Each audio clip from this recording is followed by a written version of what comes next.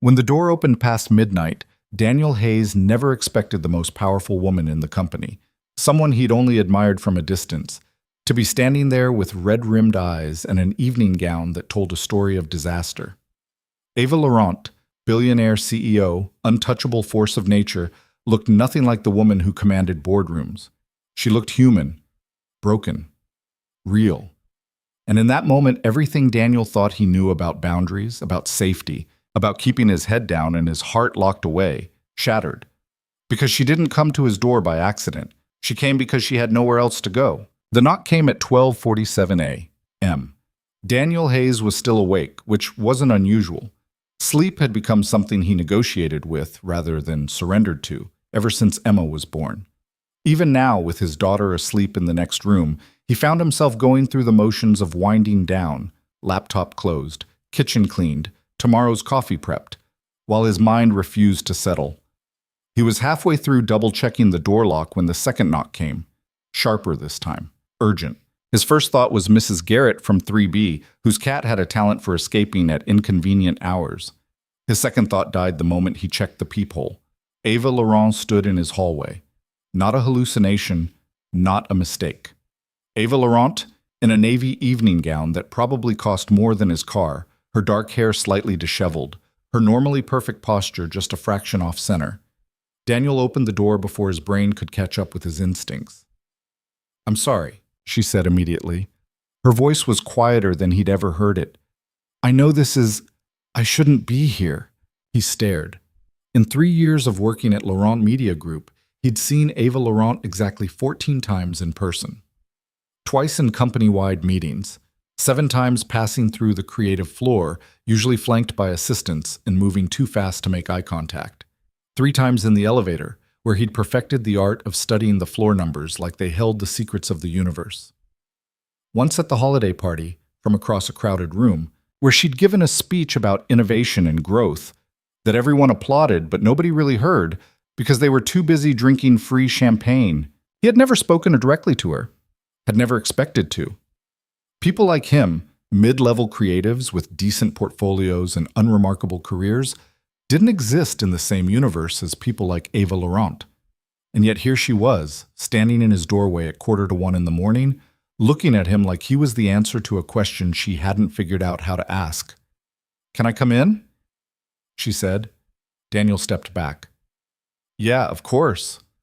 She walked past him into the small living room, and the space immediately felt different, smaller, too ordinary for someone who lived in penthouses and flew private. He became acutely aware of Emma's toys scattered near the couch, the stack of unfolded laundry on the armchair, the coffee mug he'd forgotten to put in the dishwasher. Ava stopped in the center of the room and turned to face him.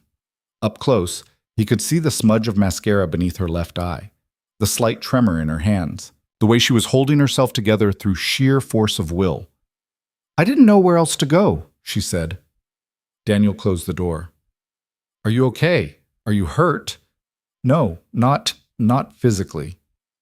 She let out a breath that sounded like it had been trapped for hours. "I just left a restaurant 20 minutes ago. I was supposed to be on a date." He waited. "My mother set it up," Ava continued. She wasn't looking at him anymore. Her gaze had drifted to the window, to the city lights beyond. Some investor's son, Stanford MBA, venture capital, all the right credentials. She's been pushing for months. Said it was time I started thinking about my future, about legacy, about what comes after me. Daniel still didn't speak. Something told him that if he interrupted now, she'd stop. She'd remember who she was, who he was, and this fragile moment would collapse. He spent 45 minutes talking about his portfolio, Ava said. A bitter smile tugged at her mouth. His exit strategy, his thoughts on corporate consolidation. He didn't ask me a single question. Not one. And when I tried to say something, She stopped, shook her head. He put his hand on my knee and told me I'd understand better once we got to know each other. Daniel's jaw tightened. "I left," Ava said simply. "Walked out in the middle of dinner, got in my car, and just started driving. I wasn't even thinking about where I was going. I just knew I couldn't go home. Couldn't go back to my apartment and sit there alone pretending it didn't bother me. Pretending I'm fine with this." She finally looked at him then, really looked at him. And Daniel saw something in her expression that he recognized because he'd seen it in his own mirror often enough. Loneliness. "I don't know why I came here," she said quietly. "I don't even know how I knew where you lived. I think HR sent out an updated contact list last month, and I remembered your address. And I was driving, and I thought—" She stopped, laughed, but there was no humor in it. "This is insane. I'm sorry. I should go." "Don't," Daniel said. The word came out harder than he intended. Ava froze. "I mean, you don't have to," he added, softer this time. "If you don't want to." She studied him for a long moment. He could see her trying to decide, weighing whatever decision had brought her to his door against all the reasons it was a terrible idea. "Can I sit down?" she asked finally. "Yeah, please." She moved to the couch, careful to avoid the stack of picture books Emma had left there earlier. Daniel grabbed the laundry from the armchair and dumped it on the floor, then sat across from her.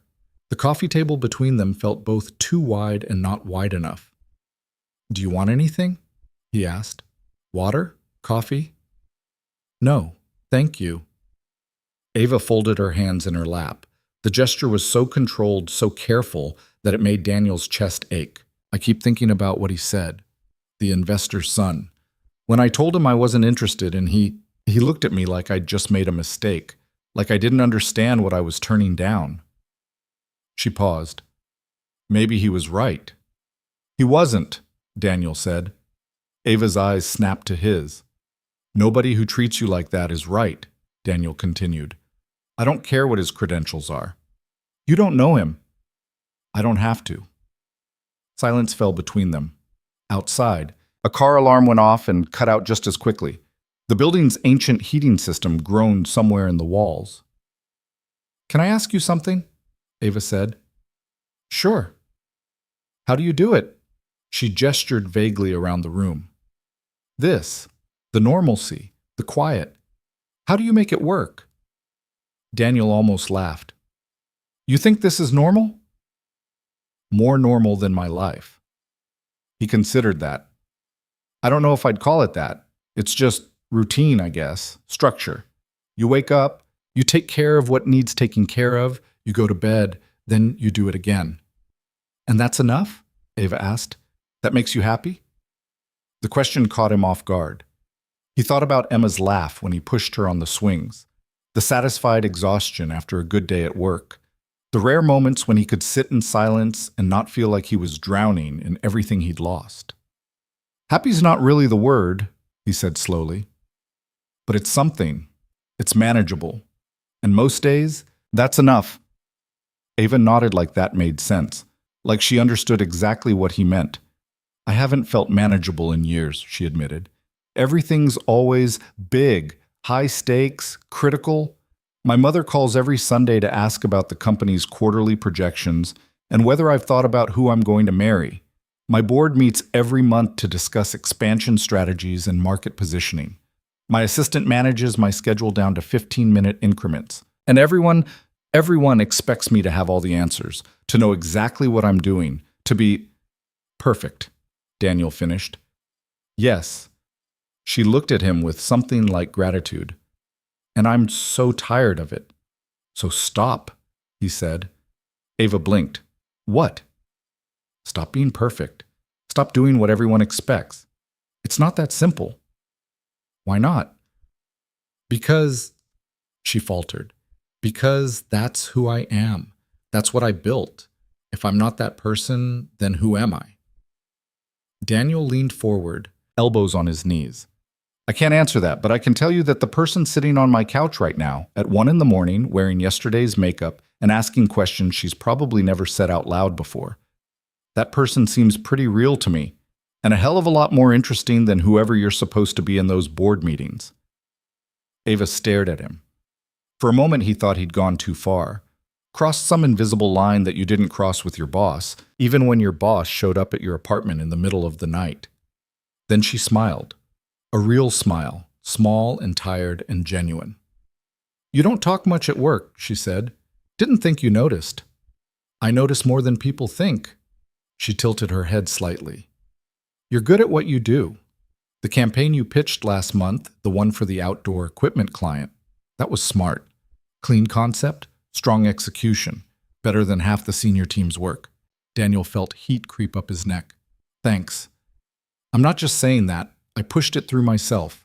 Overruled two creative directors who wanted something flashier. She paused. Do you like working there? At Laurent? The honest answer was complicated. He liked the work itself, the problem solving, the creative challenges, the satisfaction of seeing an idea come to life. He liked some of his coworkers, tolerated others, avoided a few. He hated the politics, the posturing, the way some people treated promotions like holy wars. But none of that was what Ava was really asking. It's a good job, he said carefully. Stable. The benefits are decent, and it lets me be there for Emma when I need to be. Emma, Ava repeated, your daughter. Yeah. Daniel glanced toward the hallway, even though he knew Emma was sound asleep. She's 4. Well, 4.5 if you ask her. She's very particular about the half. I didn't know you had a daughter. Most people don't. I don't really talk about my personal life at work. Because you don't want to, Ava said, or because you don't think anyone would care. Daniel met her eyes. Both. She nodded slowly. I get that. The compartmentalizing, keeping things separate. Easier that way. Is it? I used to think so. Ava looked down at her hands. Now I'm not sure. Sometimes I think if I'd let people in more. If I'd been less focused on maintaining the image and more focused on just being honest, maybe I wouldn't feel so alone, Daniel said quietly. Yeah. The word hung between them, heavy with recognition. Daniel didn't know what made him say what he said next. Maybe it was the hour. Maybe it was the strange intimacy of the moment, the way the normal rules seemed suspended in the dim light of his living room. Maybe it was just that he'd spent 3 years watching Ava Laurent from a distance, constructing an image of her in his mind. And now that image was crumbling, and he liked what he saw underneath better than the polished version. You're not alone right now, he said. Ava looked up at him. Something shifted in her expression, something that made his pulse kick harder. No, she said softly. I'm not. The silence that followed wasn't uncomfortable. It was charged, aware, like the moment before lightning strikes when the air goes electric and still. Daniel knew he should say something, break the tension, make a joke or offer her that coffee again, or do anything that would return them to safer ground. Instead, he asked, why did you really come here? Ava's breath caught. I told you, I didn't know where else. That's not all of it. She held his gaze. He could see her weighing whether to lie, whether to retreat behind the walls she'd built. He could see the exact moment she decided not to. No, she admitted. It's not. Then why? Because every time I've seen you at work, Ava said, her voice steady despite the weight of what she was saying. Every time you've gotten on that elevator or walked past my office or sat in those meetings looking like you'd rather be anywhere else, I've thought about what it would be like to talk to you, really talk to you, not about campaigns or deadlines or corporate strategy, just talk like a normal person. She paused. And tonight, when I was sitting in that restaurant listening to that man drone on about market shares and investment opportunities, all I could think was that I'd rather be having a conversation with someone who wouldn't expect anything from me. Someone who might actually see me as something other than a title or opportunity or a disappointment. Daniel's throat went dry. I'm your employee. I know. This is complicated, doesn't even begin to cover it. I know that too. Then why are you still here? Ava leaned back against the couch, her expression somewhere between exhausted and defiant. Because I'm tired of making decisions based on what's appropriate or expected or safe. I spend every single day doing that. Just once. Just for tonight. I want to make a choice based on what I actually want. And what do you want? The question came out rougher than he intended, more direct, but he was past the point of pretending this was just a late-night conversation between acquaintances. Ava met his eyes. Honestly? Yeah. I want to sit here in your messy apartment and talk to you until the sun comes up. I want to forget about board meetings and blind dates and quarterly projections. I want to feel like a person instead of a position. And I want... She stopped, swallowed. I want to see if what I've been imagining for the past year is even remotely close to reality. Daniel's heart slammed against his ribs. What have you been imagining? This, Ava said simply. You, us, talking like this. Being honest like this. She paused, wondering what it would feel like if I just stopped pretending I haven't noticed you. The air between them went taut. Daniel should shut this down, should remind her about workplace policies and power dynamics, and all the reasons this was a terrible idea. Should be the responsible one, the practical one, the person who thought things through instead of acting on impulse. But he'd been that person for 5 years. Ever since Caroline died, he'd been careful and measured and so focused on doing everything right that he'd forgotten what it felt like to want something just because he wanted it. I've noticed you too, he said. Ava's eyes widened slightly. You have? Kind of hard not to. Daniel ran a hand through his hair. You walk through the office and everyone stops talking. People straighten their desks, check their phones, try to look busy, like if they're just impressive enough you might actually see them. And you? I mostly tried not to stare. A smile tugged at Ava's mouth. How'd that work out? Not great, he admitted. There was this one time, about 6 months ago, you came down to review the Miller campaign. You were wearing this gray suit and you'd pulled your hair back, and you were absolutely eviscerating Thompson's presentation. Not mean, just precise, pointing out every flaw in the logic, every weak point in the strategy. And I remember thinking that I'd never seen someone be that smart and that intimidating at the same time. That's what you noticed? That I was intimidating? That too. But mostly I noticed that you were right about everything, and that everyone in that room was too scared to admit it. He paused. And I noticed that after you left, you'd forgotten your pen. Expensive-looking thing. Probably cost more than my monthly coffee budget. And I thought about returning it, maybe using it as an excuse to actually talk to you. But then I figured you'd just think I was trying to score points or kiss up or something, so I left it with your assistant. Ava stared at him. That was you? Yeah. I thought... She shook her head. I thought someone on my executive team had taken it. Figured they'd return it when they wanted to remind me they'd done me a favor. That's depressing. That's my life. She studied him with renewed interest. You could have used that. The pen. Could have brought it to my office yourself. Made an impression. Didn't want to make an impression, Daniel said. Just wanted to return your pen. Why? Because it was the right thing to do. And because... He stopped, considering whether to say the rest, then figured he'd already committed. Because I didn't want the first time we actually talked to be me trying to get something from you. Everyone else does that. I didn't want to be everyone else. Ava went very still. When she spoke again, her voice was softer. You're not. The words settled between them, simple and heavy. Daniel became aware of how close they were sitting, how easy it would be to lean forward, how much he wanted to. This is a bad idea, he said. Probably. I could lose my job. I could lose a lot more than that. So we should stop, right now, before this goes anywhere. We should, Ava agreed. Neither of them moved. The heating system groaned again. Somewhere down the hall, a neighbor's TV murmured through the walls. Daniel's pulse thundered in his ears. Tell me I'm not imagining this, Ava said quietly. Tell me you feel it too. Daniel looked at her, really looked at her, at the vulnerability in her eyes, the tension in her shoulders, the way she was holding herself like she was braced for rejection. You're not imagining it, he said. Then what do we do? I don't know. That's not very helpful. I'm not trying to be helpful right now.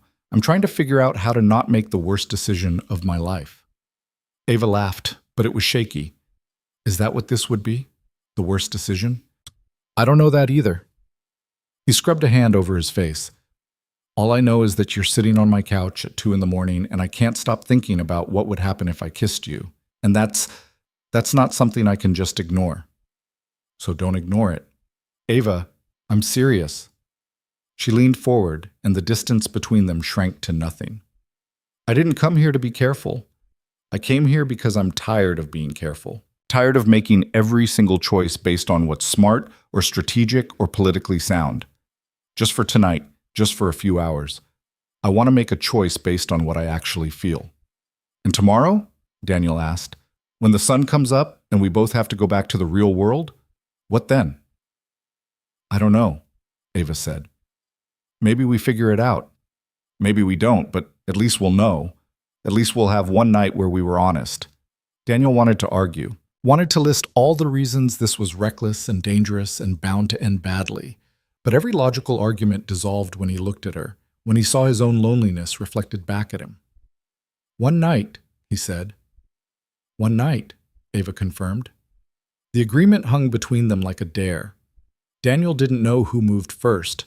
Maybe it was both of them, pulled together by something neither could name. All he knew was that suddenly the space between them disappeared, and then Ava's hand was on his jaw and his fingers were tangled in her hair, and they were kissing like they'd been thinking about it for far longer than either would admit. She tasted like wine and desperation. Her lips were soft and demanding at the same time, and when she made a small sound in the back of her throat, Daniel felt something crack open in his chest. He pulled her closer, one hand sliding to the small of her back, and she came willingly. The kiss deepened, turned urgent. Years of distance and restraint and careful professionalism burned away in the space of a heartbeat. When they finally broke apart, both breathing hard, Ava pressed her forehead against his. Okay, she whispered. Okay, what? Okay, you were right. This is definitely the worst decision of my life. Daniel huffed a laugh. Thanks. But I don't care. She pulled back just enough to meet his eyes. I really, really don't care. You're going to regret this tomorrow. Probably. Are you? He should say yes.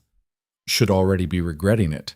But when he looked at her, at the woman instead of the CEO, at the person who'd trusted him enough to show up at his door when she had nowhere else to go, he couldn't find any regret. No, he said. I don't think I am. Ava smiled. Then she kissed him again, slower this time, less desperate, more deliberate, like she was memorizing the shape of it, the feel of it, in case it never happened again. Daniel let himself sink into it, let himself forget about consequences and complications and all the ways this could fall apart. Let himself exist in this moment, in this impossible night, with this woman who somehow saw him as more than just another employee trying to get ahead. When they broke apart again, Ava settled against his side, her head on his shoulder. It felt natural, easy, like they'd done this 1,000 times before. Tell me something, she said. Like what? Anything. Something real. Something you wouldn't say at work. Daniel thought for a moment. My daughter thinks I'm magic. Yeah? Yeah. Last week she lost her favorite stuffed rabbit. Looked everywhere, tore apart her whole room, was absolutely inconsolable. And I found it, wedged behind the radiator in the living room, covered in dust bunnies. When I gave it back to her, she looked at me like I'd pulled it out of thin air, like I was some kind of wizard. That's sweet.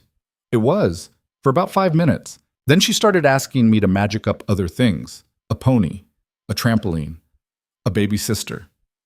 He paused. That last one was harder to explain. Ava was quiet for a moment. Is that something you think about? Having more kids? Sometimes. Not seriously. Emma's enough work on her own, and I don't... He stopped. You don't what? I don't let myself think about that kind of future. The one where there's someone else. Where it's not just me and Emma. Because thinking about it means wanting it. And wanting it means being disappointed when it doesn't happen. That's a lonely way to live, Ava said softly. Yeah, well, you get used to it. Do you get used to it? Daniel considered lying, then remembered what she'd said about being honest.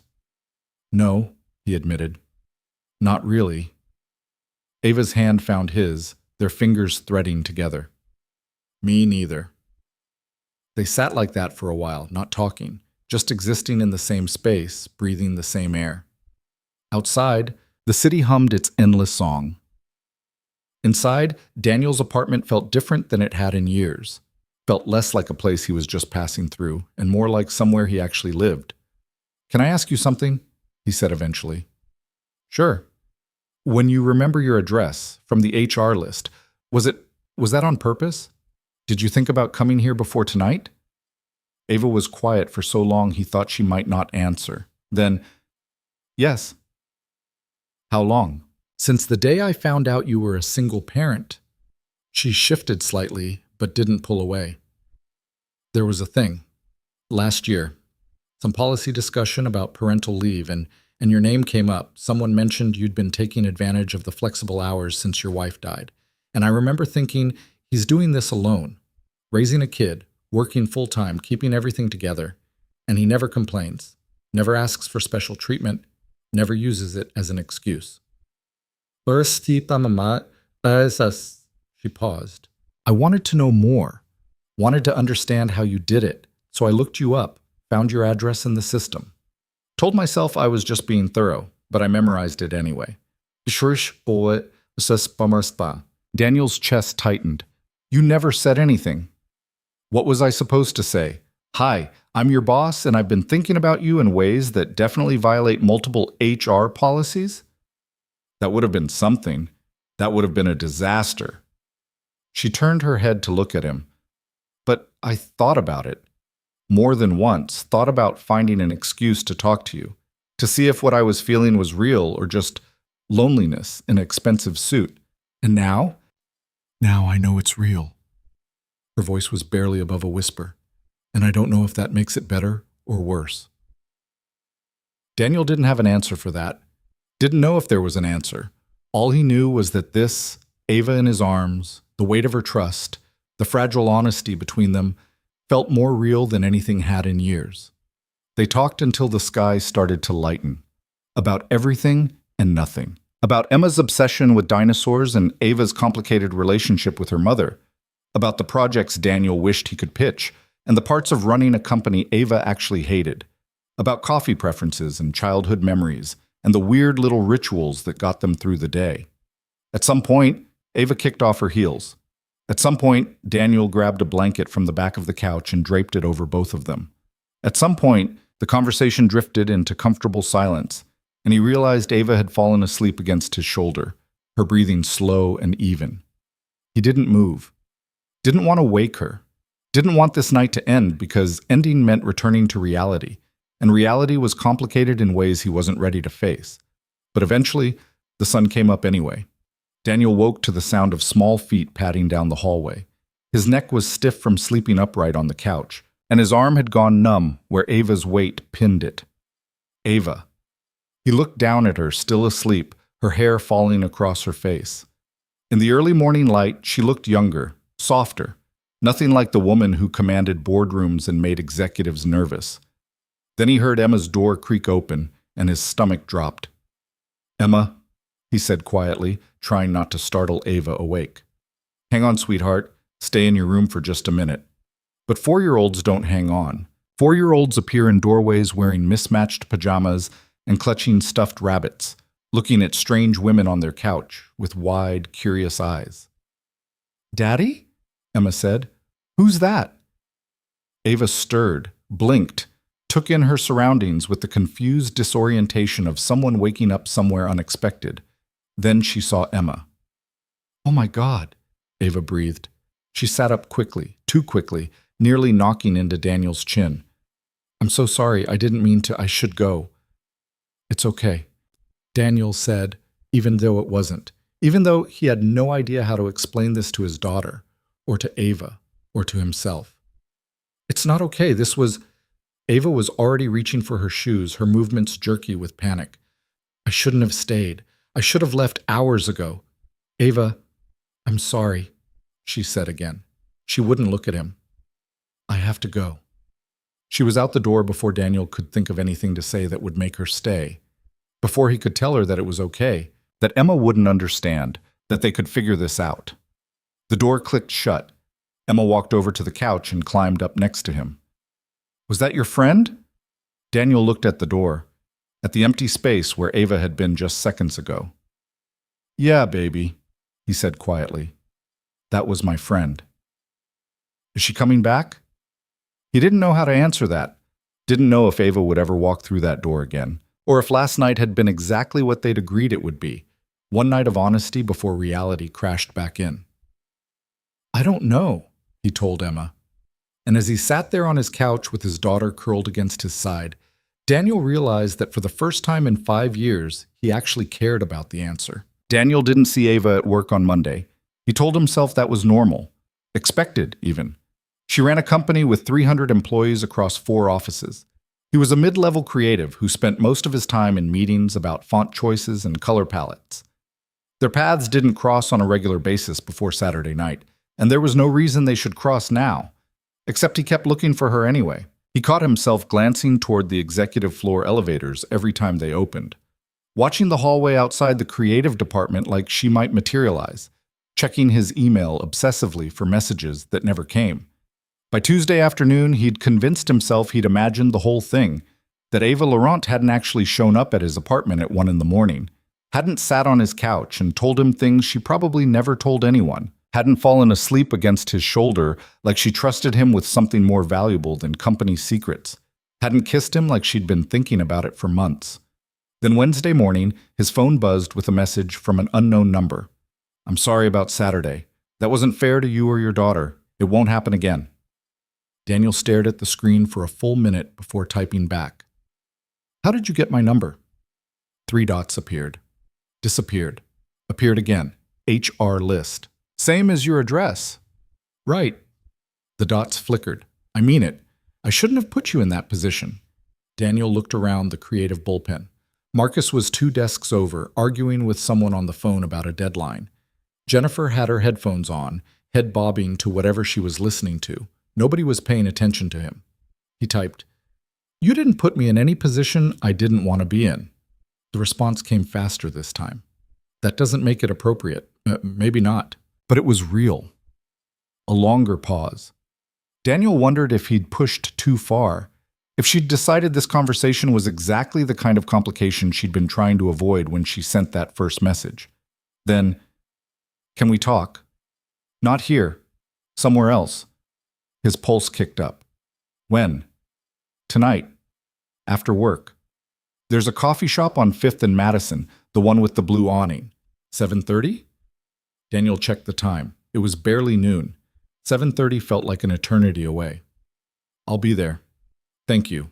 The conversation ended there, but Daniel kept staring at his phone anyway, reading the messages over and over like they might reveal something he'd missed the first 5 times. "You good, Hayes?" He looked up. Marcus was watching him with one eyebrow raised. "Yeah, fine." "Why?" "Because you've been staring at your phone for like 10 minutes and you look like someone just told you the apocalypse is coming. Just personal stuff. Personal stuff that requires that much focus?" Marcus grinned. "Must be a woman." Daniel's face heated. "Drop it." "Oh man, it is a woman. Who is she? Do I know her?" "Marcus, come on, you never talk about your personal life. Give me something. Is she hot? Is she smart? Is she—" Marcus stopped, his expression shifting. "Wait, is this about Emma's teacher? Because I told you, Miss Rodriguez is way out of your league." "It's not Emma's teacher." "Then who?" Daniel stood, grabbing his coffee mug even though it was empty. "Nobody. And we're not having this conversation." He headed for the break room before Marcus could push further. The last thing he needed was office gossip about his non-existent love life, especially when the truth was so much worse than anything Marcus could imagine. The rest of the day crawled. Daniel tried to focus on the presentation he was supposed to be building for the outdoor equipment campaign, but his mind kept drifting. To Ava's message. To the coffee shop. To what she might want to talk about that required neutral territory instead of a text conversation. By the time 7 o'clock rolled around, he'd rewritten the same slide 6 times and accomplished exactly nothing. He left the office at 7:15, told Mrs. Garrett he'd be back by 9, and made it to 5th and Madison with 5 minutes to spare. The coffee shop was one of those aggressively trendy places with exposed brick and Edison bulbs and a chalkboard menu that required an advanced degree to decipher. Daniel ordered something called a cortado because it was the shortest word on the board, then found a table in the back corner where he could see the door. Ava arrived at 7:32. She wasn't wearing the power suits he was used to seeing. Instead, she had on dark jeans, a cream sweater, and a leather jacket that probably cost more than his rent. Her hair was down, loose around her shoulders, and she wasn't wearing much makeup. She looked like a person instead of a CEO. She looked beautiful. Daniel stood as she approached. Hi. Hi. Ava glanced around the coffee shop, her shoulders tight. Is this okay? I wasn't sure where. I wanted somewhere we wouldn't run into anyone from work. It's fine. She nodded and went to order. When she came back with some elaborate drink involving foam and cinnamon, she sat across from him and wrapped both hands around the cup like she needed something to hold on to. Thank you for coming, she said. You made it sound important. It is, or I think it is. I don't know. She let out a breath. I haven't stopped thinking about Saturday night. Daniel's chest tightened. Yeah, me neither. I meant what I said in my text. I shouldn't have shown up at your apartment like that. Shouldn't have. She stopped. I put you in an impossible position. You keep saying that, but I was there too. I made choices. Choices you might not have made if I wasn't your boss. Daniel leaned forward. Don't do that. Do what? Assume I'm some kind of victim, like I couldn't possibly want. He caught himself, lowered his voice. I kissed you back, Ava. I asked you to stay. That wasn't because you're my boss. That was because I wanted to. Ava's jaw tightened. Want to know what I did Sunday morning after I left your place? What? I sat in my car for 20 minutes trying to convince myself I'd just made the biggest mistake of my career. Ran through all the scenarios, what happens if someone finds out, what the board would say, what it would do to the company, to you. She paused. And you know what scared me the most? Daniel waited. I couldn't make myself care enough, Ava said quietly. I kept trying to work up the appropriate level of panic and regret, and all I could think was that I wanted to go back inside, wanted to stay. And that terrified me more than any professional consequence. Daniel's pulse hammered. So what do we do? I don't know. That's why I asked you to meet me, because we need to figure this out before it gets more complicated. Before. Daniel almost laughed. Ava, it's already complicated. I know, but there are levels of complicated. Right now it's, what, a kiss? A conversation? Something we could theoretically walk away from. Could we? The question hung between them. Ava looked down at her coffee. I don't want to walk away. Then don't. It's not that simple. Why not? Because I'm your boss, Daniel. Because there are power dynamics and policies and… She stopped. Because if this goes wrong, you're the one who loses everything. Not me. You. You don't know that. Yes, I do. That's how these things work. The person with less power always pays the price. Her voice was fierce now. I've seen it happen. Relationships between executives and employees. It always ends the same way. He gets a promotion or transferred somewhere convenient. She gets quietly pushed out. Her reputation destroyed. Her career over. And I refuse. I refuse to be the person who does that to you. Daniel stared at her. You think I'd let that happen? It wouldn't be up to you. The hell it wouldn't. He kept his voice low, but there was steel in it. I'm not some wide-eyed kid who doesn't understand how the world works. I know what this could cost. I knew it Saturday night when I let you in. I knew it when I kissed you. And I'm still here. You have a daughter. I know that too. So you understand what's at risk. If this falls apart, if someone finds out and it goes badly, you could lose your job, your income, your stability, everything Emma depends on. Ava's hands were shaking around her cup. I can't be responsible for that. You're not responsible for my choices. Yes, I am, because this, whatever this is, it only exists because I made the first move. I showed up at your door, I kissed you, I started this. Daniel reached across the table and took her hand. She startled, but didn't pull away. You want to know what I thought about on Sunday? He said. After you left? What? I thought about how long it's been since I felt anything that wasn't just getting through the day. How long since I wanted something for myself instead of just wanting to survive? He tightened his grip on her hand. 5 years, Ava. 5 years of putting my head down and doing what needed to be done, and not letting myself think about what comes after. And then you showed up, and for the first time since Caroline died, I felt like maybe there could be an after. Maybe I wasn't just stuck in this holding pattern forever. Ava's eyes were bright. Daniel, I'm not asking you to make promises. I'm not asking for a relationship or a future or anything you can't give. But I'm asking you to stop trying to protect me from my own decisions. Because I'm an adult. I know the risks. And I'm choosing this anyway. Why? Because you're worth it. The words came out simpler than he meant them. More direct. But they were true. And he was tired of pretending otherwise. Ava closed her eyes. When she opened them again, there were tears there. I don't know how to do this, she admitted. I don't know how to want someone and not have it destroy everything. Then we figure it out together. And if we can't, then at least we tried. Ava laughed, but it was shaky. That's a terrible plan. You have a better one? No. She turned her hand over, threading their fingers together. But I should. I should have a strategy and a contingency plan and a clear exit timeline. I should be thinking 5 steps ahead instead of just feeling things. Maybe that's the problem, Daniel said. Maybe you think too much. Someone has to. Not right now. Right now you just have to decide. Are you in or out? It was a brutal question. Daniel knew that. But they'd already spent too much time circling around the truth, and he was tired of pretending this was something they could logic their way through. Ava looked at him for a long moment. He could see her weighing everything. The risks, the complications, the 100 ways this could fall apart. Then she squeezed his hand. In, she said quietly. I'm in. Relief flooded through Daniel's chest. Yeah? Yeah. She wiped at her eyes with her free hand. I'm probably going to regret this. Probably. And we need rules, boundaries, something to keep this from turning into a disaster. Okay. I'm serious, Daniel. We can't. At work, we have to be professional. No one can know. Not yet. Not until we figure out what this is. Agreed. And we need to be smart about it. No meeting at the office, no emails or messages on company systems. Nothing that could be traced back if this goes wrong. Fine. Ava narrowed her eyes. You're agreeing to all of this very quickly. Because I don't care about the logistics.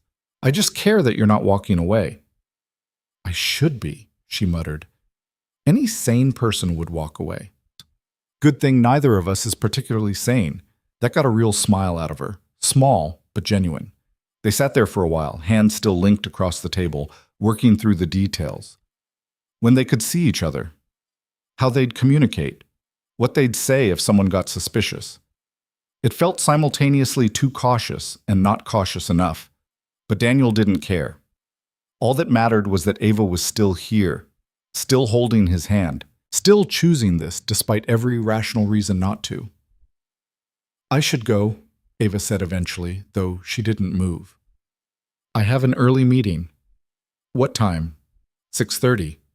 Daniel winced. That's brutal. Welcome to my life.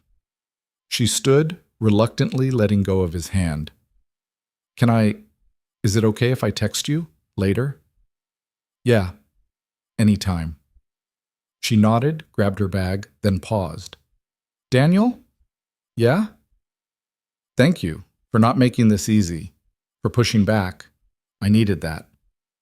Anytime, he said again, meaning it. Ava left first. Daniel waited 5 minutes, nursing his cold cortado and trying to process what had just happened. They were doing this. Actually doing this. Dating, or whatever the equivalent was when one person was the other person's boss and they had to keep it secret from everyone they knew. It was reckless, stupid, the kind of decision that would make perfect sense in a romantic comedy and absolutely none in real life. Daniel couldn't wait. Over the next 2 weeks, they fell into a rhythm. Ava would text him late at night, never anything explicit, just small observations about her day or questions about his. Sometimes they'd meet for coffee at out-of-the-way places where no one from Laurent would think to look. Once, when Emma was at a sleepover, Ava came over and they ordered takeout and watched a movie like normal people. At work, they were strangers. Daniel passed her in the hallway exactly twice. Both times, she looked through him like he was furniture. It should have bothered him, but it didn't. because he knew that 3 hours later she'd text him something about how the executive meeting ran long and she wanted to throw her laptop out the window, and he'd respond with something stupid that made her laugh. It felt like living two lives. The one where he was Daniel Hayes, creative specialist, single father, utterly unremarkable, and the one where he was the person Ava Laurent texted at midnight because she couldn't sleep and wanted someone to talk to. He liked the second life better. "You seem different lately," Mrs. Garrett said one evening when he came to pick up Emma. Daniel froze. "Different how?" "I don't know. Lighter, less," she waved a hand, "less like you're carrying the world on your shoulders." "I'm not different, if you say so." Mrs. Garrett gave him a look that suggested she didn't believe him for a second. "But whoever she is, I hope she knows she's lucky." "There's no she." "Mm-hmm." Daniel grabbed Emma and fled before Mrs. Garrett could interrogate him further, but the observation stuck with him. Was he different? He didn't feel different. He felt like the same person he'd always been. Tired, stretched too thin, constantly juggling work and parenting and the million small tasks that made up a life. Except maybe he smiled more. Maybe he didn't dread Mondays quite as much. Maybe he'd started looking forward to things again instead of just enduring them. Maybe Mrs. Garrett was onto something. 3 weeks after that first coffee shop meeting, everything changed. Daniel was in a campaign review meeting, one of those endless afternoon sessions where 12 people spent 2 hours arguing about things that could have been decided in an email. He'd stopped paying attention around the 40-minute mark and was mentally composing a shopping list when someone's phone buzzed, then another phone, then another. People started checking their screens, whispering, passing looks across the table that Daniel couldn't read. "What's going on?" Marcus asked. Jennifer held up her phone. Blind item on Corporate Tea. Corporate Tea was one of those gossip sites that covered executive drama like it was celebrity news. Daniel had looked at it exactly once, decided it was trash, and never gone back. "What's it say?" someone asked. Jennifer read, "Which billionaire CEO at a major media company has been spotted getting cozy with a much younger employee? Sources say the relationship has been going on for weeks, and HR is starting to ask questions. Power imbalance much?" The room went silent. Daniel's blood turned to ice.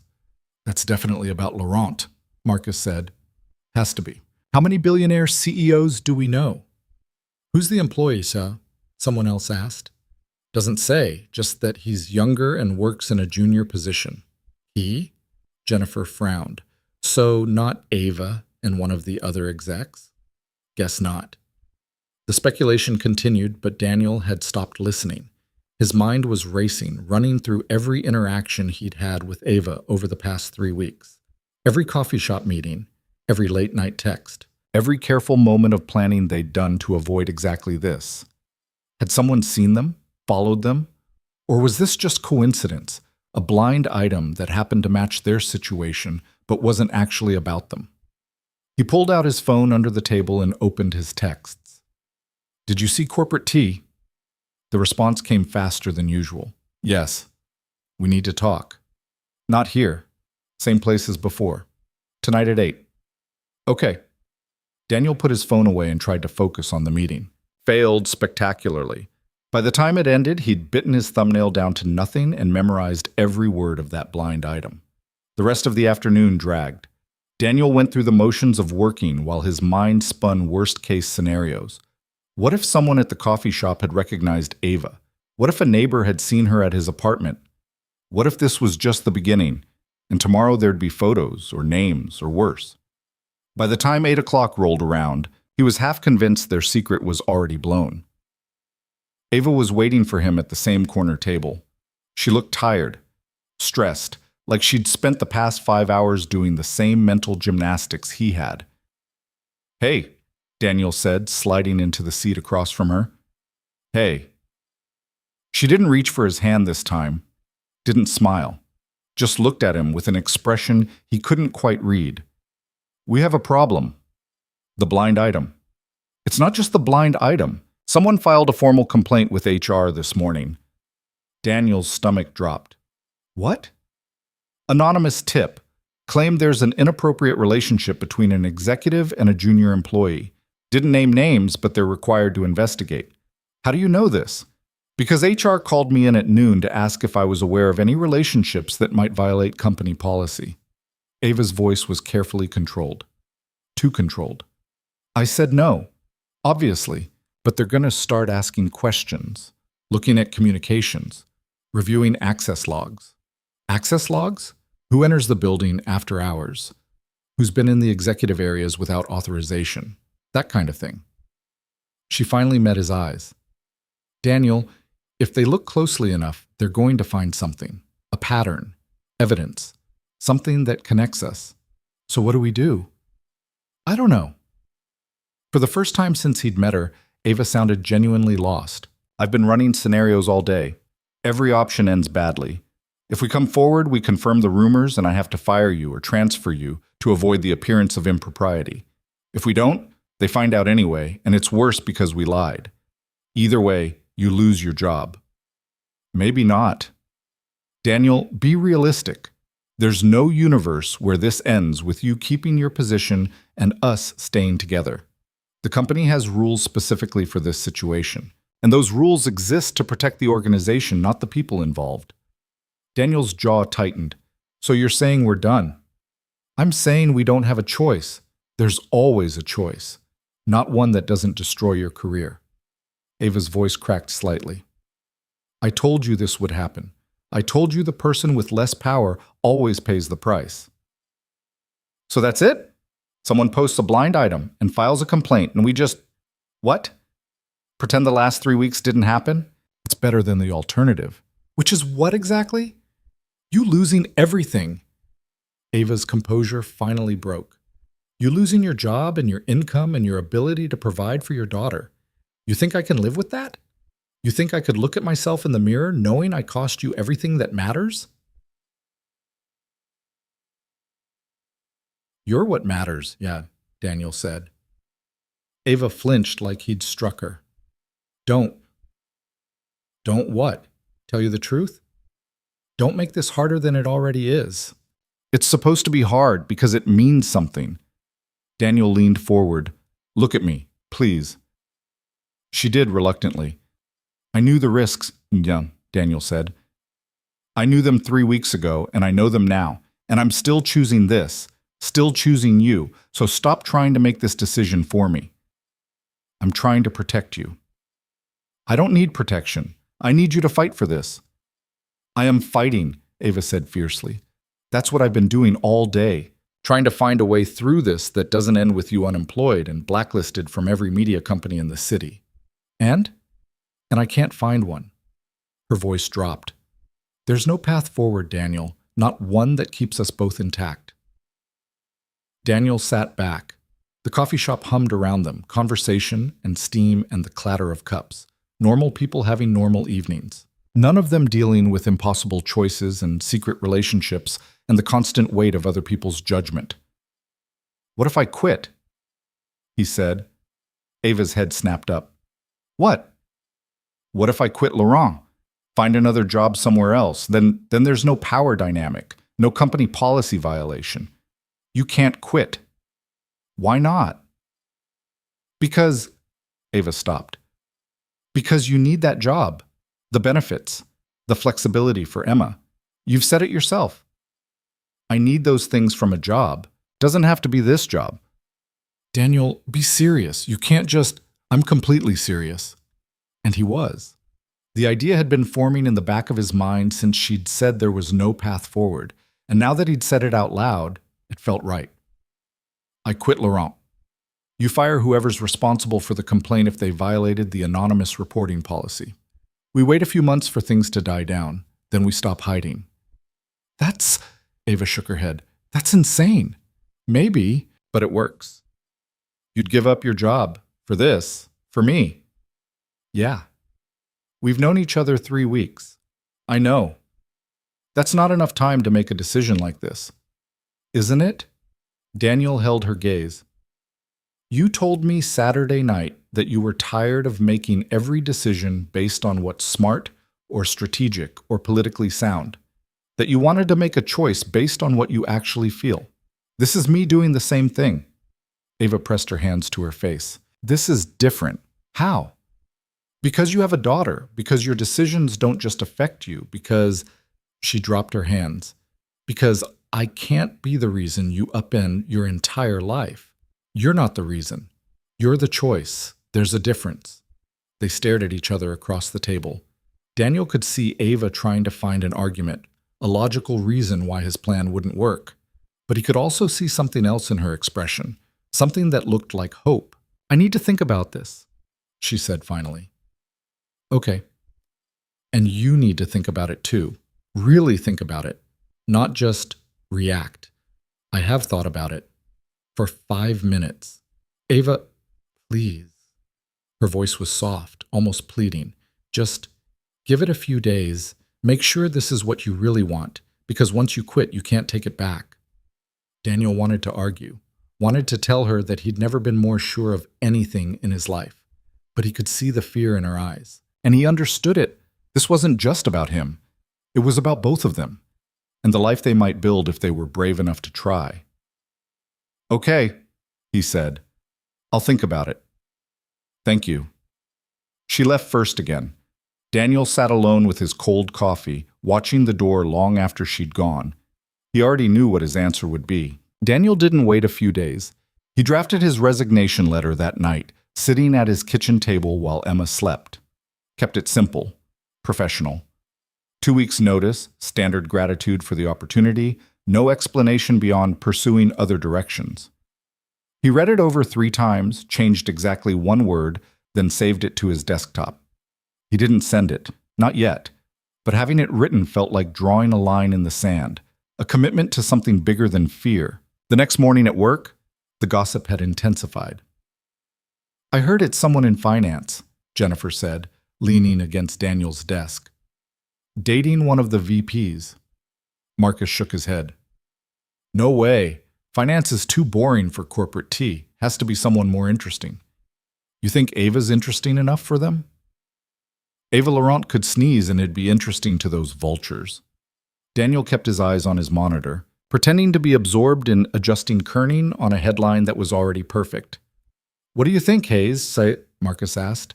You're always quiet about this stuff. You hear anything? No, Daniel said without looking up. And I don't care. Office gossip is a waste of time. Spoken like someone who's never been the subject of it. If only Marcus knew. The HR investigation ramped up over the next week. People were called in for casual conversations that weren't casual at all. Questions about unusual behavior.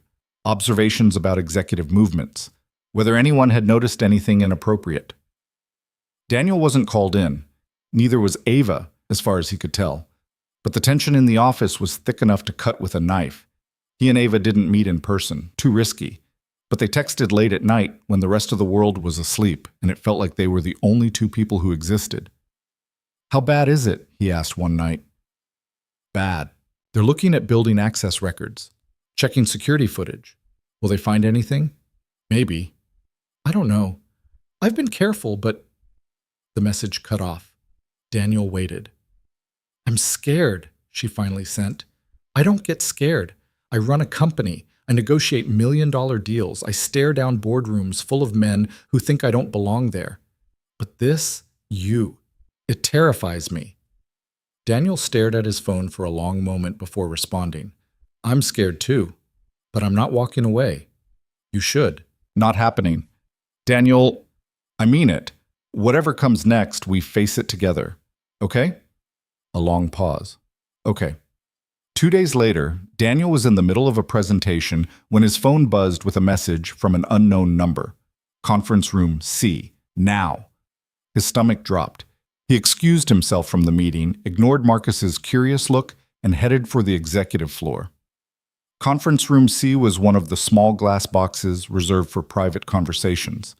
Daniel had never been inside it, never had any reason to be. Ava was waiting for him. She wasn't alone. A woman in her 50s sat beside her, tailored suit, no-nonsense expression, leather portfolio in front of her. Daniel recognized her from company emails. Rebecca Chen, head of HR. Mr. Hayes, Rebecca said, please, sit down. Daniel sat, kept his expression neutral, his hands steady. I'm sure you're wondering why we asked you here, Rebecca continued. Yes, we're conducting an investigation into potential policy violations, specifically regarding inappropriate relationships between employees at different levels of authority. She opened her portfolio. Your name came up in our preliminary review. Daniel's pulse spiked, but he kept his voice level. How so? Building access logs show you've been in the office after hours on several occasions over the past month. Elevators to the executive floor. Security footage shows you leaving the building at the same time as Ms. Laurent on at least 2 occasions. Coincidence, Daniel said. I work late sometimes. So does she. Rebecca made a note. And the coffee shop on 5th and Madison? The one you've both been spotted at multiple times? Daniel's mouth went dry. He glanced at Ava. Her expression was carefully blank, but he could see the tension in her jaw. I go there sometimes, he said. It's near my apartment. And Ms. Laurent? You'd have to ask her. Rebecca looked at Ava. Miss Laurent? I've been there, Ava said, her voice cool and professional. It's a public establishment. I'm allowed to get coffee wherever I want. Of course, but you understand how it looks, the timing, the locations, the pattern. I understand that you're making connections that don't exist, Ava said. Mr. Hayes and I have no relationship outside of work. If we've happened to be in the same places at the same times, that's coincidence, nothing more. With all due respect, Ms. Laurent, the evidence suggests otherwise. Then your evidence is wrong. The temperature in the room dropped 10 degrees. Rebecca held Ava's gaze for a long moment, then looked back at Daniel. Mr. Hayes, I'm going to ask you directly. Are you involved in a romantic or sexual relationship with Miss Laurent? Daniel's mind raced. He could lie. Should lie. That was the smart play. The safe play. Deny everything and hope the evidence was circumstantial enough that they couldn't prove anything. But he looked at Ava, at the woman who'd shown up at his door because she had nowhere else to go, who'd trusted him with parts of herself she showed to no one else, who was terrified of this exact moment, but was still sitting here, still fighting, and he couldn't do it. Yes, he said. The word fell like a bomb. Rebecca's eyebrows shot up. Ava went pale. Daniel, Ava started. You asked a direct question, Daniel said, keeping his eyes on Rebecca. I'm giving you a direct answer. Yes, I'm in a relationship with Ava Laurent. It started about a month ago. It's personal, consensual, and has had zero impact on my work performance or her professional judgment. That's not your determination to make, Rebecca, Rebecca said sharply. Maybe not, but it's the truth. Rebecca closed her portfolio. Mr. Hayes, you understand that this is a serious violation of company policy. I understand that you have policies designed to prevent abuse of power. I also understand that this situation doesn't fit that description. The policy exists for a reason. The policy exists to protect employees from being coerced or manipulated by people in positions of authority, Daniel interrupted. That's not what happened here. No one pressured anyone. No one traded favors or threatened consequences. 2 adults made a choice. A choice that violates the clear guidelines about relationships between supervisors and subordinates. Then I'll quit. Rebecca blinked. Excuse me? I'll resign today, right now if you want. That eliminates the supervisor-subordinate issue entirely. Daniel looked at Ava. Her expression was frozen somewhere between shock and panic. I was planning to do it anyway. This just moves up the timeline. Daniel, you can't... Ava's professional mask cracked. You don't have to do this. Yeah, I do. We can figure something else out. There is nothing else. He turned back to Rebecca. You need this problem to go away. I'm offering you a solution. I resign, you drop the investigation, everyone moves on. Rebecca studied him like he was a puzzle she couldn't quite solve. You're willing to give up your job for this? Yes? You have a child to support, I'm aware. And you think that's a responsible decision? I think responsible and easy aren't always the same thing, Daniel said. I also think my daughter deserves to see me make choices based on what's right, not what's comfortable. Silence filled the conference room. Through the glass walls, Daniel could see people walking past, completely unaware that his entire professional life was imploding 20 feet away from them. "I need to consult with the executive team," Rebecca said finally. "Mr. Hayes, you're suspended pending review. Paid leave. Effective immediately. Do not come back to this building until you hear from us. Miss Laurent, we'll need to schedule a follow-up conversation to discuss appropriate next steps." "Of course," Ava said quietly. Rebecca stood. "We'll be in touch within 48 hours. She left. The door clicked shut behind her. Daniel and Ava sat in silence for a long moment. "Why did you do that?" Ava asked finally. Her voice was barely above a whisper. "Because I'm tired of hiding." "You just committed career suicide." "Maybe. Or maybe I just took control of a situation that was already out of control." Daniel leaned back in his chair. "Either way, it's done. You should have lied." "Probably. You should have let me handle it." "How? By throwing me under the bus? By pretending we meant nothing to each other?" Daniel shook his head. "I couldn't do that." Ava's hands were shaking. She clasped them together in her lap, but it didn't help.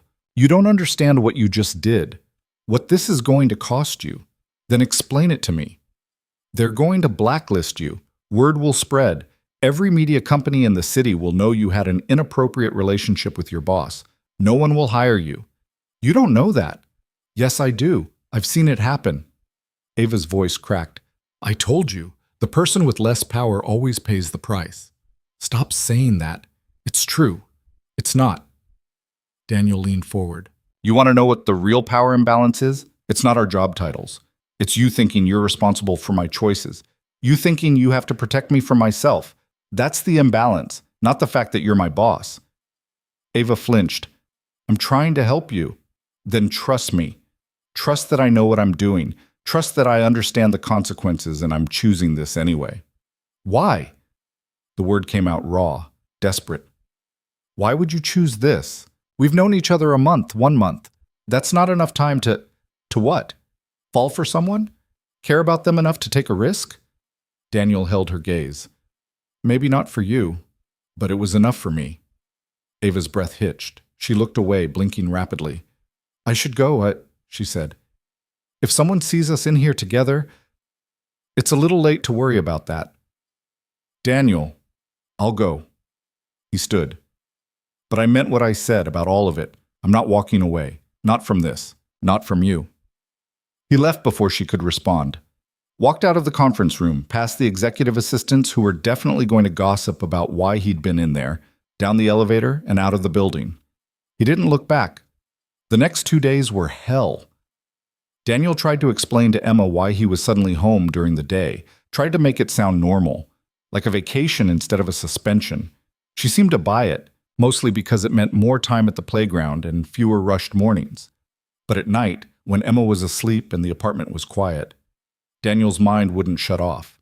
He kept replaying that conversation with Rebecca, wondering if he'd made the right call, if he should have lied and bought himself more time, wondering if Ava hated him for forcing her hand. She hadn't texted, hadn't called, complete radio silence. Daniel told himself that was normal, that she was dealing with her own fallout, that she needed space to process everything, but the silence still hurt. On the third day, his phone rang. Unknown number. "Hello? Mr. Hayes, this is Rebecca Chen from Laurent Media." Daniel's stomach knotted. "Yes. I'm calling to inform you that we've completed our investigation and reached a decision." He closed his eyes. "Okay. Effective immediately, your employment with Laurent Media Group is terminated. You'll receive 2 weeks severance pay and your accrued vacation time. Your final paycheck will be processed within 7 business days. You can arrange to collect your personal items from the office after hours to avoid disruption." Daniel's chest went hollow. "Understood. Additionally, you're required to sign a non-disclosure agreement regarding the circumstances of your termination. A copy will be emailed to you within the hour. Once signed, this matter will be considered closed." "And Ava? Ms. Laurent?" A pause. "That's not your concern." "The hell it isn't." "Mr. Hayes, did you fire her? Force her to resign?" "What?" "I'm not at liberty to discuss other employees' situations. If you have questions about your own termination, I'm happy to address them. Otherwise, no, Daniel said. No questions. He hung up before Rebecca could say anything else. Fired. He'd been prepared for it, had basically offered it up himself, but actually hearing the words still hit like a punch to the gut. 4 years of work. 4 years of stability. Gone. And he still didn't know if it had been worth it. His phone buzzed with a text. Not from Ava's number, from a new unknown number. Different phone. Don't save this number in your contacts. Are you okay? Relief flooded through him. I've been better. You? Same. I heard about the termination. I'm so sorry. Don't be. I knew what I was signing up for. That doesn't make it okay. Daniel stared at the screen trying to figure out what to say. How to explain that he wasn't angry, wasn't regretful, just adrift. Can I see you? He typed. The response came after a long pause. Not yet. They're watching me, everything I do, everywhere I go. If we're seen together right now, it'll make everything worse. How much worse can it get? A lot worse. Trust me. Daniel wanted to argue, wanted to say that he didn't care about making things worse, that he just wanted to see her face and know she was okay. But he understood what she was saying. The investigation might be over for him, but for Ava, it was just beginning. Okay, but we're not done, right? Another long pause. No, we're not done. Promise? I promise. Just give me some time. Let things settle. I'll figure out a way to make this work. Okay. Daniel? Yeah? Thank you for what you did. For not lying. I know it cost you everything. Daniel looked around his quiet apartment, at the toys scattered across the floor, at Emma's drawings taped to the refrigerator, at the life he'd built from nothing after Caroline died. Everything was a strong word. He still had his daughter, still had his health, still had the memory of Ava Laurent sitting on his couch, looking at him like he was someone worth knowing. Not everything, he typed. The important stuff is still here. He could almost feel Ava's smile through the screen. I'll text you when I can. Delete these messages after you read them. Will do. And Daniel, don't give up on me. Never. The conversation ended. Daniel deleted the messages like she'd asked, then sat staring at his phone like it might spontaneously generate more. It didn't. The next week was brutal in ways Daniel hadn't anticipated. Money wasn't an immediate problem. The severance and vacation payout would cover 2 months if he was careful, but the job search was a nightmare. Every application asked about his previous employment. Every interview asked why he'd left Laurent. And Daniel couldn't tell the truth without torpedoing his chances, but he also couldn't lie effectively enough to sound convincing. Creative differences only worked so many times before people started reading between the lines. The worst part was the silence. Ava texted occasionally, always from different numbers, always brief, always carefully worded in case someone was monitoring her communications. But they couldn't meet, couldn't talk on the phone, couldn't do anything that might be traced back. It felt like being in a relationship with a ghost. Daddy, are you sad? Emma asked one night during dinner. Daniel looked up from his untouched pasta. No, sweetheart. Why? You look sad, like when Bunny got lost. I'm not sad, just thinking. About what? Grown-up stuff. Emma made a face. Grown-up stuff is boring. Sometimes, Daniel agreed. But sometimes it's important. Is it important right now? He considered that. Yeah, I think it is. Okay. Emma went back to her pasta, apparently satisfied with that answer. Daniel wished he was. 3 weeks after his termination, his phone rang at 11 p.m. He almost didn't answer. Unknown numbers at that hour were never good news. But something made him pick up. Hello? It's me? Ava's voice. Real, not filtered through text. Daniel's entire body went alert. Hey, he said, moving to the bedroom and closing the door so he wouldn't wake Emma. You okay?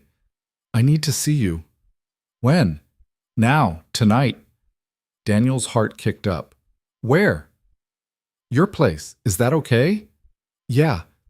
Of course, but I thought, I don't care anymore, Ava said, and there was something fierce in her voice. I don't care who sees me or what they think or what consequences might come. I need to see you. Please. I'm here, Daniel said. I'll be here. 20 minutes. She hung up. Daniel spent those 20 minutes in a state of controlled chaos. Picked up Emma's toys, washed the dishes, changed his shirt, paced, told himself to calm down, paced some more. When the knock came, he nearly tripped over his own feet getting to the door. Ava stood in the hallway wearing jeans and a sweatshirt, her hair in a messy ponytail, her face bare of makeup. She looked exhausted, beautiful, real. "Hi," she said. "Hi. Can I?" Daniel pulled her inside before she could finish the question. The door closed behind her, and then she was in his arms, and everything else fell away. They stood like that for a long moment, just holding each other. Ava's face was pressed against his chest, her fingers clutching the back of his shirt like she was afraid he might disappear. "I'm sorry," she whispered. "I'm so sorry it took me this long. You're here now. That's what matters." I should have come sooner. Should have." Her voice broke. "You lost your job because of me, and I left you alone with it." "You didn't leave me alone. You texted." "Texting isn't the same." "No," Daniel agreed, "but it was something, and I understood. You were dealing with your own mess." Ava pulled back just enough to look at him. Her eyes were red-rimmed. "Do you want to know what my mess looked like?" "Only if you want to tell me." She laughed, but it was bitter. 3 emergency board meetings, 4 conversations with our legal team, 6 calls with my mother, each one worse than the last. Multiple discussions about my judgment, my priorities, my ability to lead the company. She paused. "And through all of it, all I could think about was you. Whether you were okay. Whether you hated me for letting this happen." "I don't hate you. You should." "Well, I don't." Daniel cupped her face in his hands. "What happened? With the board? With legal?" Pasum. "They wanted me to issue a statement, condemn your behavior, distance myself from the situation, make it clear that I was the victim of an inappropriate advance from a subordinate employee." Ava's jaw clenched. "I refused. Ava, I told them the truth, that we were both consenting adults, that there was no coercion or abuse of power, that if they wanted to punish someone, they should punish both of us equally." She took a shaky breath. "They didn't like that very much." "What did they do?" "Threatened to force me out, said I was compromising the integrity of the company, that I'd become a liability." Ava's eyes flashed. "So I called their bluff." "How?" "I restructured, created a new division, digital strategy and innovation, completely separate reporting structure from the main creative department. Then I brought in an outside consultant to run an audit of all current projects and personnel." She paused. The consultant's recommendation was to promote 3 junior creatives to senior positions based on merit and portfolio strength. Your name was at the top of the list. Daniel stared at her. "What are you saying?" "I'm saying I want to offer you a job. Different department, different supervisor. No reporting relationship to me whatsoever. Clean slate." Ava's voice was steady now, certain. "You'd start as a senior creative strategist, better title than you had before.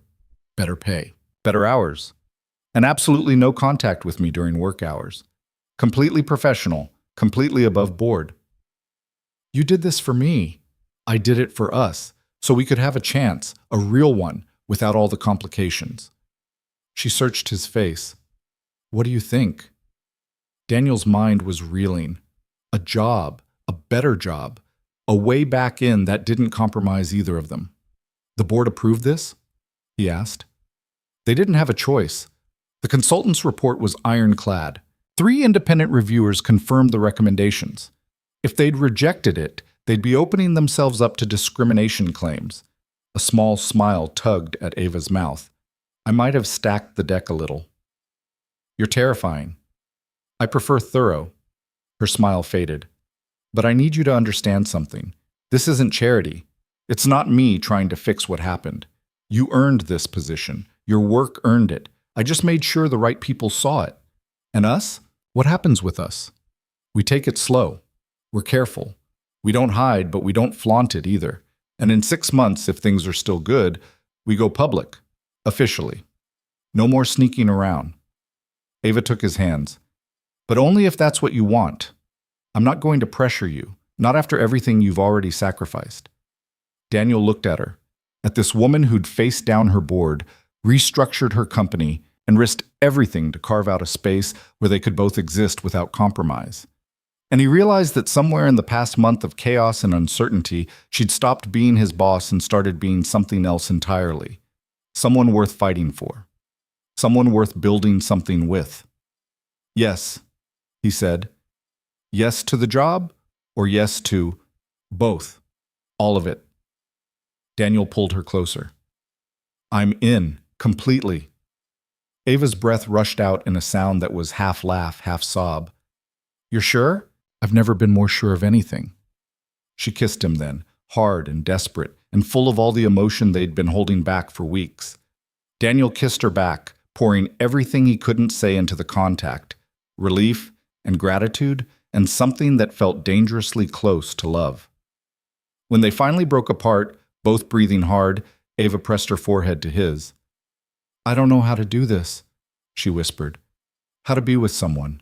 How to let someone in. I'm going to mess it up. So will I. We're a disaster. Probably. Daniel smiled. But we're a disaster together. That has to count for something. Ava laughed, and it was the best sound Daniel had heard in weeks. They moved to the couch, settling into the same positions they'd occupied that first night a month ago. But everything felt different now. Less fragile, more certain. Like they'd survived the worst and come out the other side still intact. Tell me something, Ava said after a while. Like what? Something real, something I don't know. Daniel thought for a moment. Emma asked me yesterday if I was going to get married again. Ava went very still. What did you say? I said maybe someday, if I found the right person. He paused. Then she asked what the right person would be like. And? I told her the right person would be someone who made me want to be braver. Someone who challenged me. Someone who saw me as more than just a dad or an employee or any other label people wanted to put on me. Daniel looked at Ava. Someone who showed up at my door in the middle of the night because they had nowhere else to go and trusted me enough to be honest. Ava's eyes were bright with tears. You didn't tell her that last part. No, but I thought it. She kissed him again, softer this time. I'm falling for you, she whispered against his lips. I know it's too soon and too complicated and probably too reckless, but I am, and it terrifies me.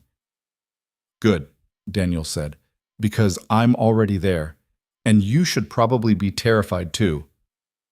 Ava laughed through her tears. We really are a disaster. Yeah, Daniel agreed, but I wouldn't change a thing. They stayed like that until the early hours of the morning, talking and kissing and planning a future that finally felt possible.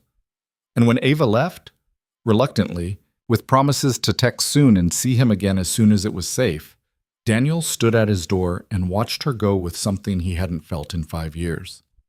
Hope. Daniel's first day back at Laurent Media felt like walking into a parallel universe. Same building, same elevator, same smell of expensive coffee and printer ink. But everything else had shifted in ways both subtle and seismic. He reported to the 7th floor instead of the 5th. Digital strategy and innovation occupied a sleek corner space with glass walls and standing desks, and the kind of equipment that suggested someone had actually listened when creatives complained about outdated software. His new supervisor was a woman named Patricia Reeves, 40-something, sharp-eyed, with a reputation for being brilliant and completely intolerant of incompetence. She met him at the entrance to the department with a handshake that could crack walnuts. Hayes, good to have you. I read your portfolio. Solid work. You're going to fit in well here. Thanks. I appreciate the opportunity. Don't thank me. Thank whoever wrote that consultant report. I just make sure talented people don't waste their potential on mediocre projects. Patricia gestured toward the open workspace. Your desk is over there, near the windows. We've got a kickoff meeting at 10 for the Meridian campaign. Be ready to contribute.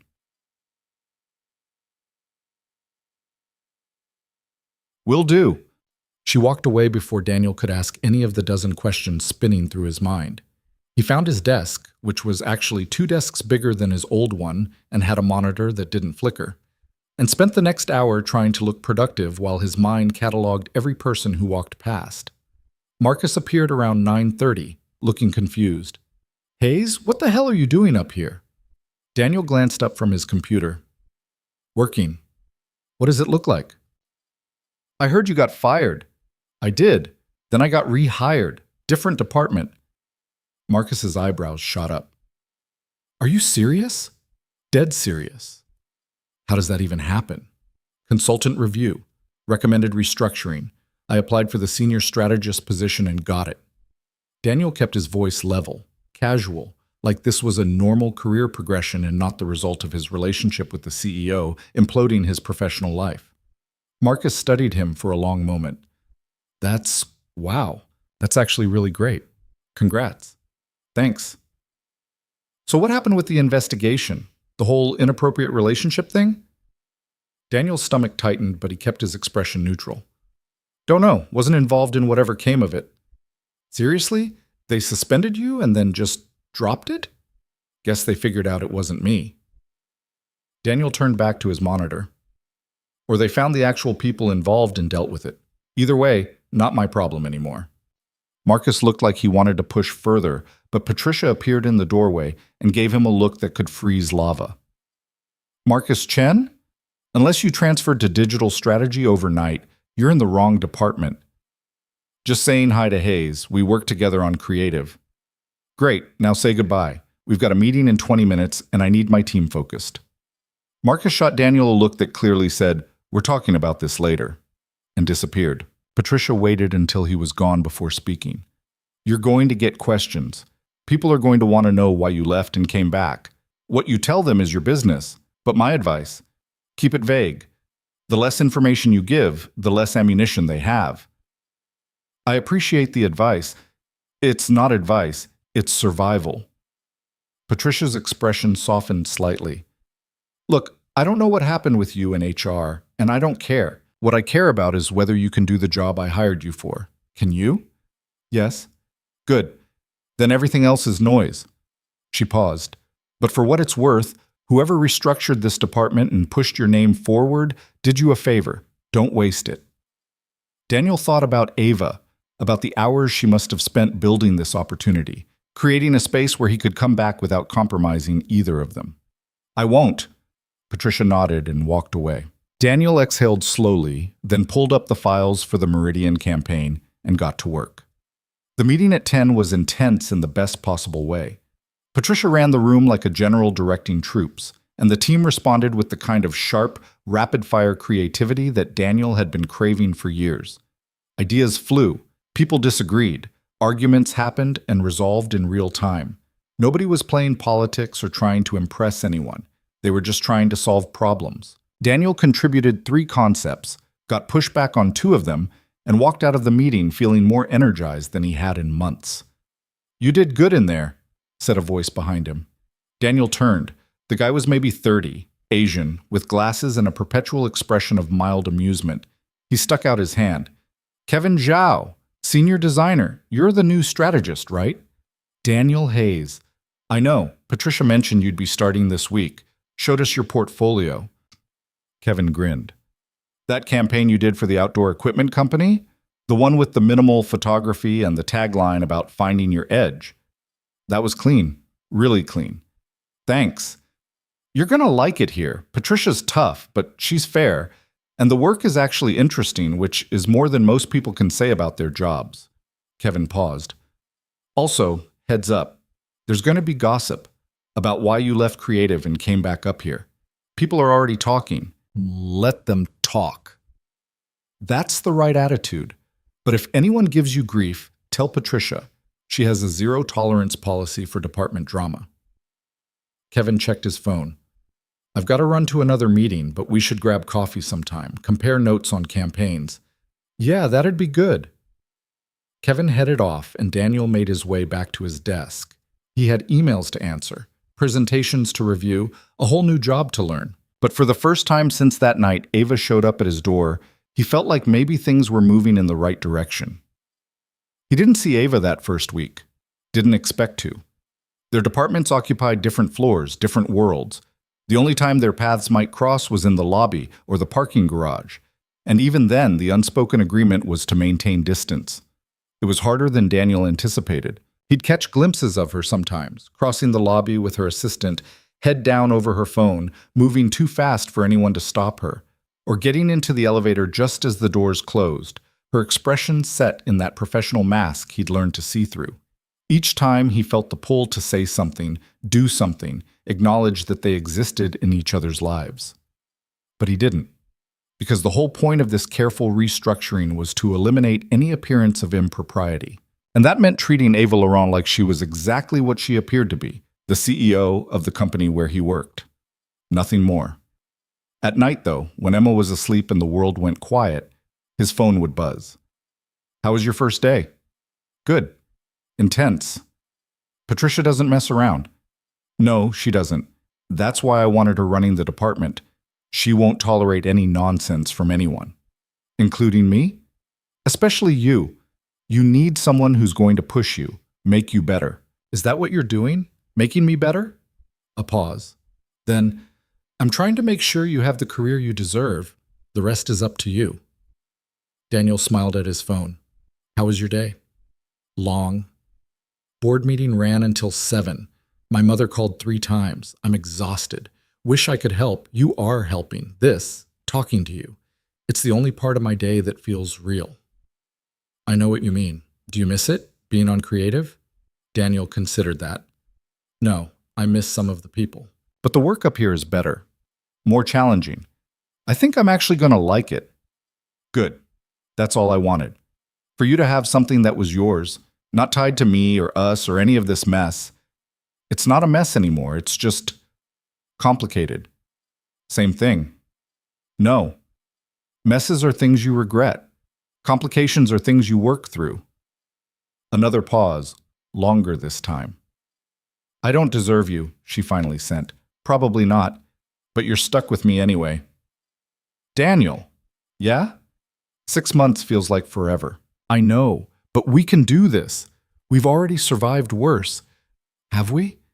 We're both still here, aren't we?" "Yes. Then we've survived. Everything else is just details." The conversations became a nightly ritual. Sometimes they were brief, just a check-in, a reminder that the other person was still there. Sometimes they stretched for hours, ranging from work frustrations to childhood memories, to the small mundane details that made up a life. Daniel told her about Emma's obsession with building elaborate block towers just to knock them down, about Mrs. Garrett's suspicions that he was seeing someone, about the weird guy on the 7th floor who microwaved fish every single day at noon. Ava told him about her mother's latest attempts to set her up with appropriate men, about the board member who still questioned her decisions at every meeting, about the small victories, a successful campaign launch, a new client signed, a moment of genuine laughter in an otherwise brutal day. They were building something. Daniel could feel it, not just a relationship, but a foundation. Something that could weather the distance and the secrecy and the constant awareness that one wrong move could bring everything crashing down. 3 weeks into his new position, the first real test came. Daniel was in a meeting when his phone buzzed with an email notification. He ignored it, focused on the presentation Kevin was giving about visual identity systems. But something made him glance down during a transition slide. The subject line made his blood run cold. Internal investigation results, confidential. He opened it under the table, trying to keep his expression neutral. The email was from Rebecca Chen, short, clinical, informing all staff that the investigation into policy violations had concluded. One employee had been terminated for inappropriate conduct. Another had been formally reprimanded and transferred to eliminate conflict of interest. The matter was considered closed. Further discussion of the situation would be considered a violation of confidentiality policies and could result in disciplinary action. Daniel's hands went numb. They were talking about him. Had to be. Terminated employee, that was his original firing. Transferred to eliminate conflict of interest. That was his rehiring in a different department. But the reprimand, that was Ava. She'd been formally reprimanded, probably in front of the board, probably with language about professional judgment and appropriate boundaries and all the corporate doublespeak that meant, you screwed up and we're watching you. And she hadn't told him. The meeting ended. Daniel barely heard the last 10 minutes. He went back to his desk, sent Patricia a message saying he needed to step out for personal reasons, and headed for the stairwell. He pulled out his phone and texted Ava's current number. "We need to talk, now." The response came 3 minutes later. "I'm in back-to-back meetings until 6. I don't care. Find 5 minutes. Daniel, you were reprimanded, formally, and you didn't tell me." A longer pause. Parking garage. Level B3. 20 minutes. Daniel made it in 15. Spent the extra 5 minutes pacing between cars and trying to control the anger building in his chest. Not anger at Ava, exactly. Anger at the situation. At the fact that she'd taken a hit for this and hadn't said a word. At the realization that while he'd been settling into his new position and feeling optimistic about the future, she'd been dealing with professional consequences alone. Ava appeared at the 18-minute mark, moving quickly across the concrete. She looked around, making sure no one else was nearby, then walked straight to him. "Hi," she said. "Don't hi me. What the hell happened? Can we not do this here? Where else are we going to do it? Your office, my apartment? We can't be seen together, remember? So yeah, we're doing this in a parking garage." Ava flinched. "You're angry." "Of course I'm angry. You got reprimanded because of me and you didn't say anything. It's not because of you. Don't." Daniel's voice was sharp. "Don't minimize this. I know what a formal reprimand means. It goes in your file. Affects your standing with the board. Gives them ammunition if they ever want to question your judgment again. And you took it without telling me." What was I supposed to say? Ava's composure cracked. That the board spent 2 hours lecturing me about professionalism? That 3 members suggested I should step down? That my own mother called to tell me I'd embarrassed the family? She took a shaky breath. "I didn't tell you because there was nothing you could do about it, and because I didn't want you to feel responsible for something that was my choice." "Your choice?" "Ava, this whole thing happened because I told the truth in that meeting with Rebecca, because I refused to lie. And I'm grateful for that. Don't be grateful. Be honest with me. Tell me when things are hard. Let me be there for you the way you've been there for me." "I can't do that." "Why not?" "Because if I start leaning on you, if I start needing you to get through this, then what happens in 6 months when we go public and the board loses their minds all over again?" Ava's eyes were bright. "I have to be able to stand on my own, handle this on my own. Otherwise, I'm just proving everyone right who said I was too emotional to lead this company." Daniel stared at her. "You think letting me in makes you weak. I think letting anyone in makes me vulnerable. And right now, I can't afford to be vulnerable. That's the stupidest thing I've ever heard." Ava's jaw dropped. "Excuse me?" "You heard me. You're so busy trying to prove you can handle everything alone that you're shutting out the one person who actually wants to help. That's not strength. That's fear." "I'm not afraid." "Yes, you are. You're terrified. Of the board. Of your mother. Of losing control. And instead of admitting that, you're pretending you're fine when you're clearly not." Daniel stepped closer. "I know what it looks like to survive instead of live. I did it for 5 years. And the only reason I stopped is because you showed up at my door and reminded me what it felt like to actually want something. So don't stand there and tell me you have to handle this alone. Not when I'm right here." Ava's breath came in short, sharp bursts. "You don't understand what they're asking me to do. The board.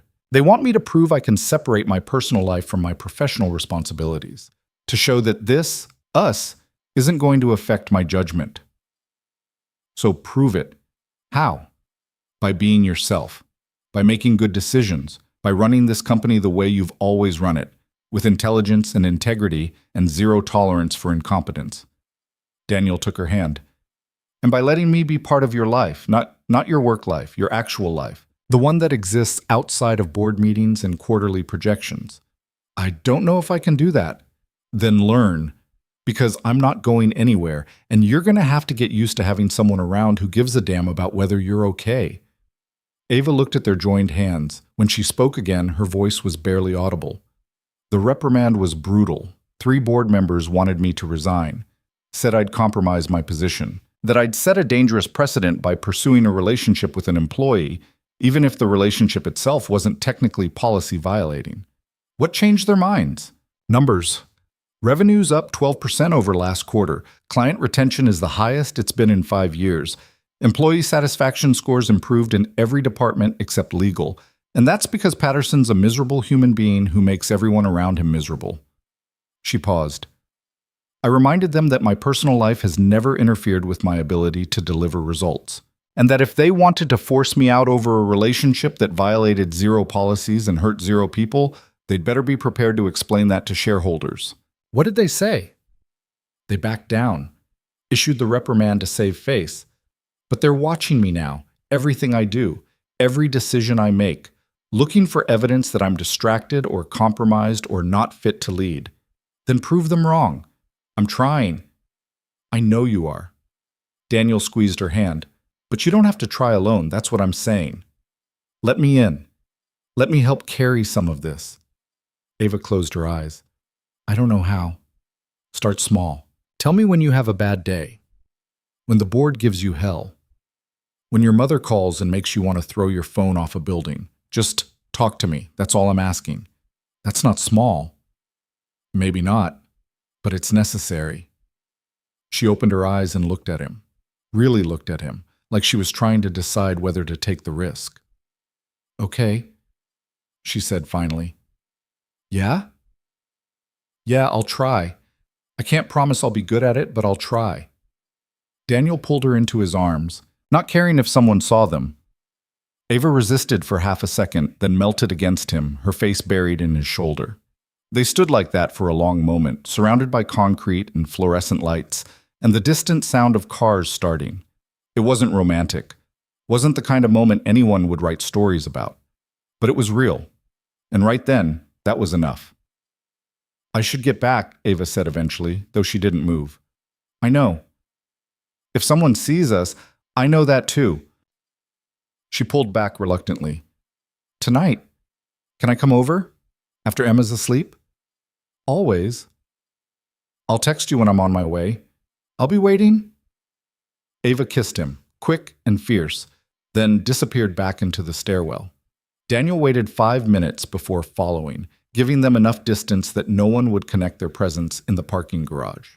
When he got back to his desk, there was a message from Patricia. Everything okay? Yeah, personal emergency. All handled. Good. We've got a client call at 3. Don't be late. Daniel smiled and got back to work. That night, Ava showed up at his apartment at 10:30. She looked exhausted, still in her work clothes, her hair starting to come loose from its professional twist, circles under her eyes that makeup couldn't quite hide. Bad day? Daniel asked as she came inside. The worst. Thompson questioned my decision on the Meridian campaign in front of the entire executive team, said I was being too aggressive with the creative direction, too risky. What did you say? I reminded him that the last 3 SAFE campaigns he approved underperformed by 30% and asked if he'd like to explain that to the client. Ava kicked off her heels. He didn't appreciate it. I bet. She collapsed onto the couch with a groan. I'm so tired. Not just physically, mentally. I'm tired of fighting, tired of justifying every decision, tired of being questioned by people who wouldn't know good creative if it walked up and introduced itself. Daniel sat beside her. You want to talk about it, or do you want a distraction? Distraction, definitely distraction. Okay. Emma learned a new joke today. Oh no. Oh yes. Want to hear it? Do I have a choice? Not really. Daniel grinned. What do you call a bear with no teeth? Ava thought for a moment. I don't know. What? A gummy bear. She stared at him. That's terrible. That's what I said. She thought it was the funniest thing in the world. Told it to everyone at daycare. Her teacher sent me a note saying she'd told it 17 times in one afternoon. Despite herself, Ava laughed. 17 times? 17. I counted. That's... Ava shook her head, still laughing. That's actually kind of adorable. It's ridiculous, but it made her happy, so I'm calling it a win. Ava shifted closer, resting her head on his shoulder. Tell me another one. Another joke? Another Emma story. Something normal. Something that has nothing to do with board meetings or reprimands or corporate politics. So Daniel told her about Emma's ongoing campaign to get a pet goldfish, about the elaborate presentation she'd put together using drawings and construction paper, about her promise to feed it every day and clean the tank every week and love it forever and ever. Did you say yes? Ava asked. Not yet. Trying to figure out if 4-year-olds can actually handle that kind of responsibility. What do you think? I think she'll be obsessed with it for 2 weeks, and then I'll end up being the one feeding it and cleaning the tank. Daniel paused. But I'm probably going to say yes anyway, because her face when she talks about it, she lights up. And I want her to have things that make her light up like that. Ava was quiet for a moment. Then, you're a good father.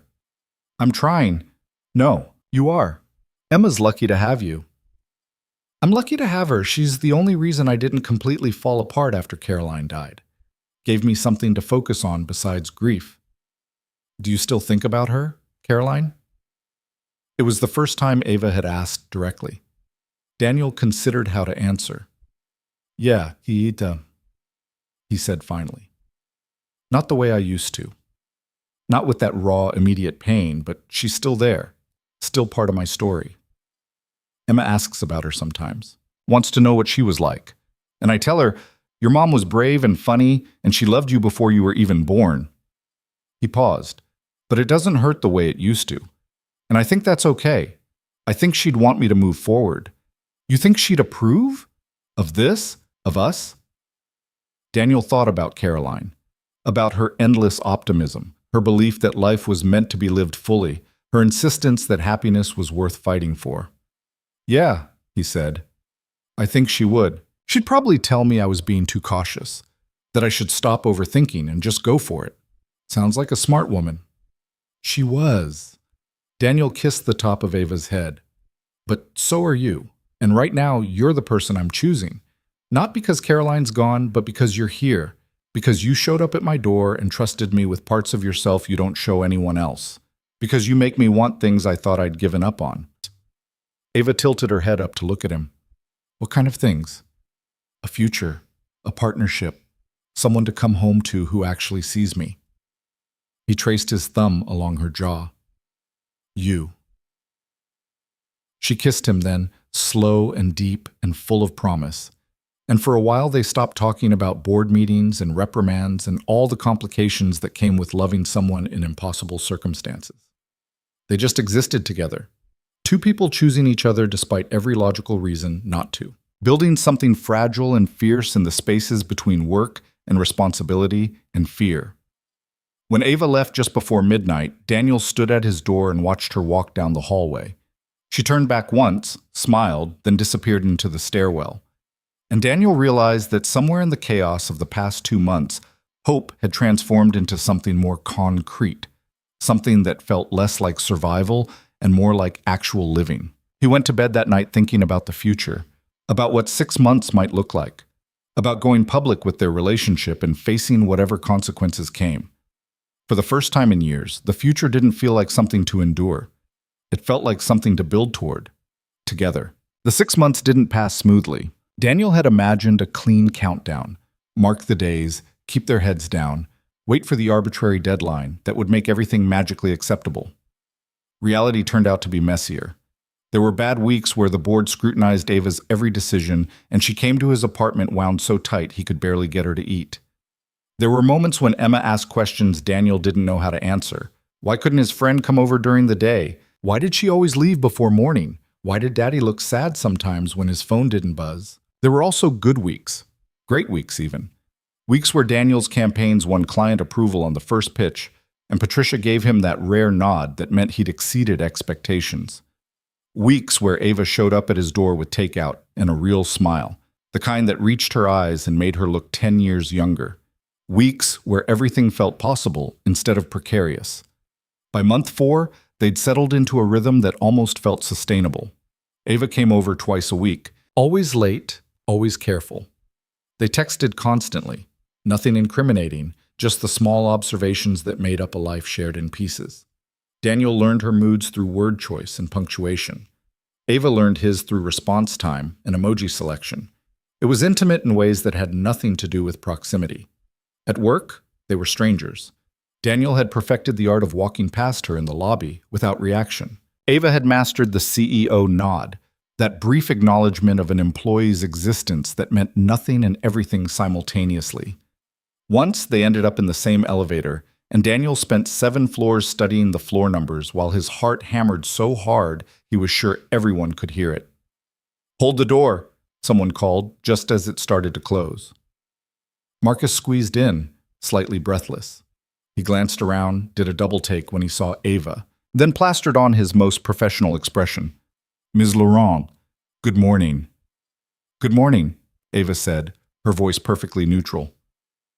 "Hayes," Marcus added, noticing Daniel in the corner. "Morning." The elevator continued its climb, 3 floors, 4. The silence was suffocating. Marcus broke first. "I heard the Meridian campaign's doing really well, exceeding projections." "It is," Ava said. "The digital strategy team did excellent work." "Hayes was on that team, right?"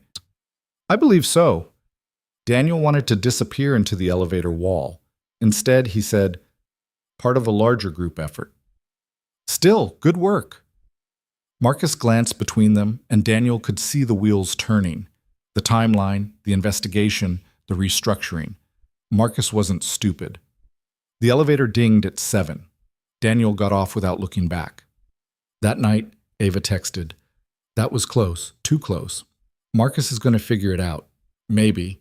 But there's nothing to figure out. You work in a different department. We don't interact. We just happen to be in an elevator together. He's not going to buy that. He doesn't have to buy it. He just has to not have proof." Daniel stared at his phone, frustration building. "I'm tired of this. Tired of pretending we don't exist to each other. I know. 2 more months. 2 months feels like forever. It's not. We can do this." Daniel wanted to argue, wanted to say that 2 months was 60 more days of sneaking around, 60 more nights of her leaving before dawn, 60 more elevator rides where he had to pretend the most important person in his life was just another executive he barely knew. But he also knew she was right. They'd come this far. 2 more months wouldn't kill them. "Okay," he sent. 2 more months. Thank you. For being patient, for not pushing. I am pushing. Just not hard enough to break anything. You're breaking me in the best possible way." Daniel smiled at his phone. "What does that mean?" "It means you're teaching me how to want something more than I want to be safe. And it's terrifying and wonderful, and I wouldn't trade it for anything." "Even your company?" "Even my company. You're lying. Maybe a little, but only because I can have both. In 2 months, I can have both." Month 5 brought unexpected complications. Corporate Tea published another blind item. This one was more specific. A billionaire CEO and a former employee who'd been fired, then mysteriously rehired in a cushy new position. Speculation ran rampant in the comments. People started connecting dots. Someone dug up old building access records and posted about suspicious patterns. The gossip reached critical mass. Daniel's phone rang at 6 in the morning. Patricia's name on the screen. "Hayes, have you seen Corporate Tea this morning?" "No. Why?" "Check it, then call me back." She hung up. Daniel's stomach dropped. He pulled up the site, read the article, and felt his world tilt sideways. The blind item didn't name names, but it didn't have to. The details were specific enough that anyone paying attention would know exactly who they were talking about. And judging by the comment section, a lot of people were paying attention. He called Patricia back. "I see it," he said. "Good. Here's what's going to happen. You're going to come in today, do your job, and ignore every single question anyone asks you. Don't confirm. Don't deny. Don't engage. You understand?" "Yes." "This isn't your first rodeo with office gossip. You know how this works. The more you react, the more ammunition they have. So don't react." "What about Ava? Ms. Laurent?" "She can handle herself. You focus on you. And Hayes?" "Yeah?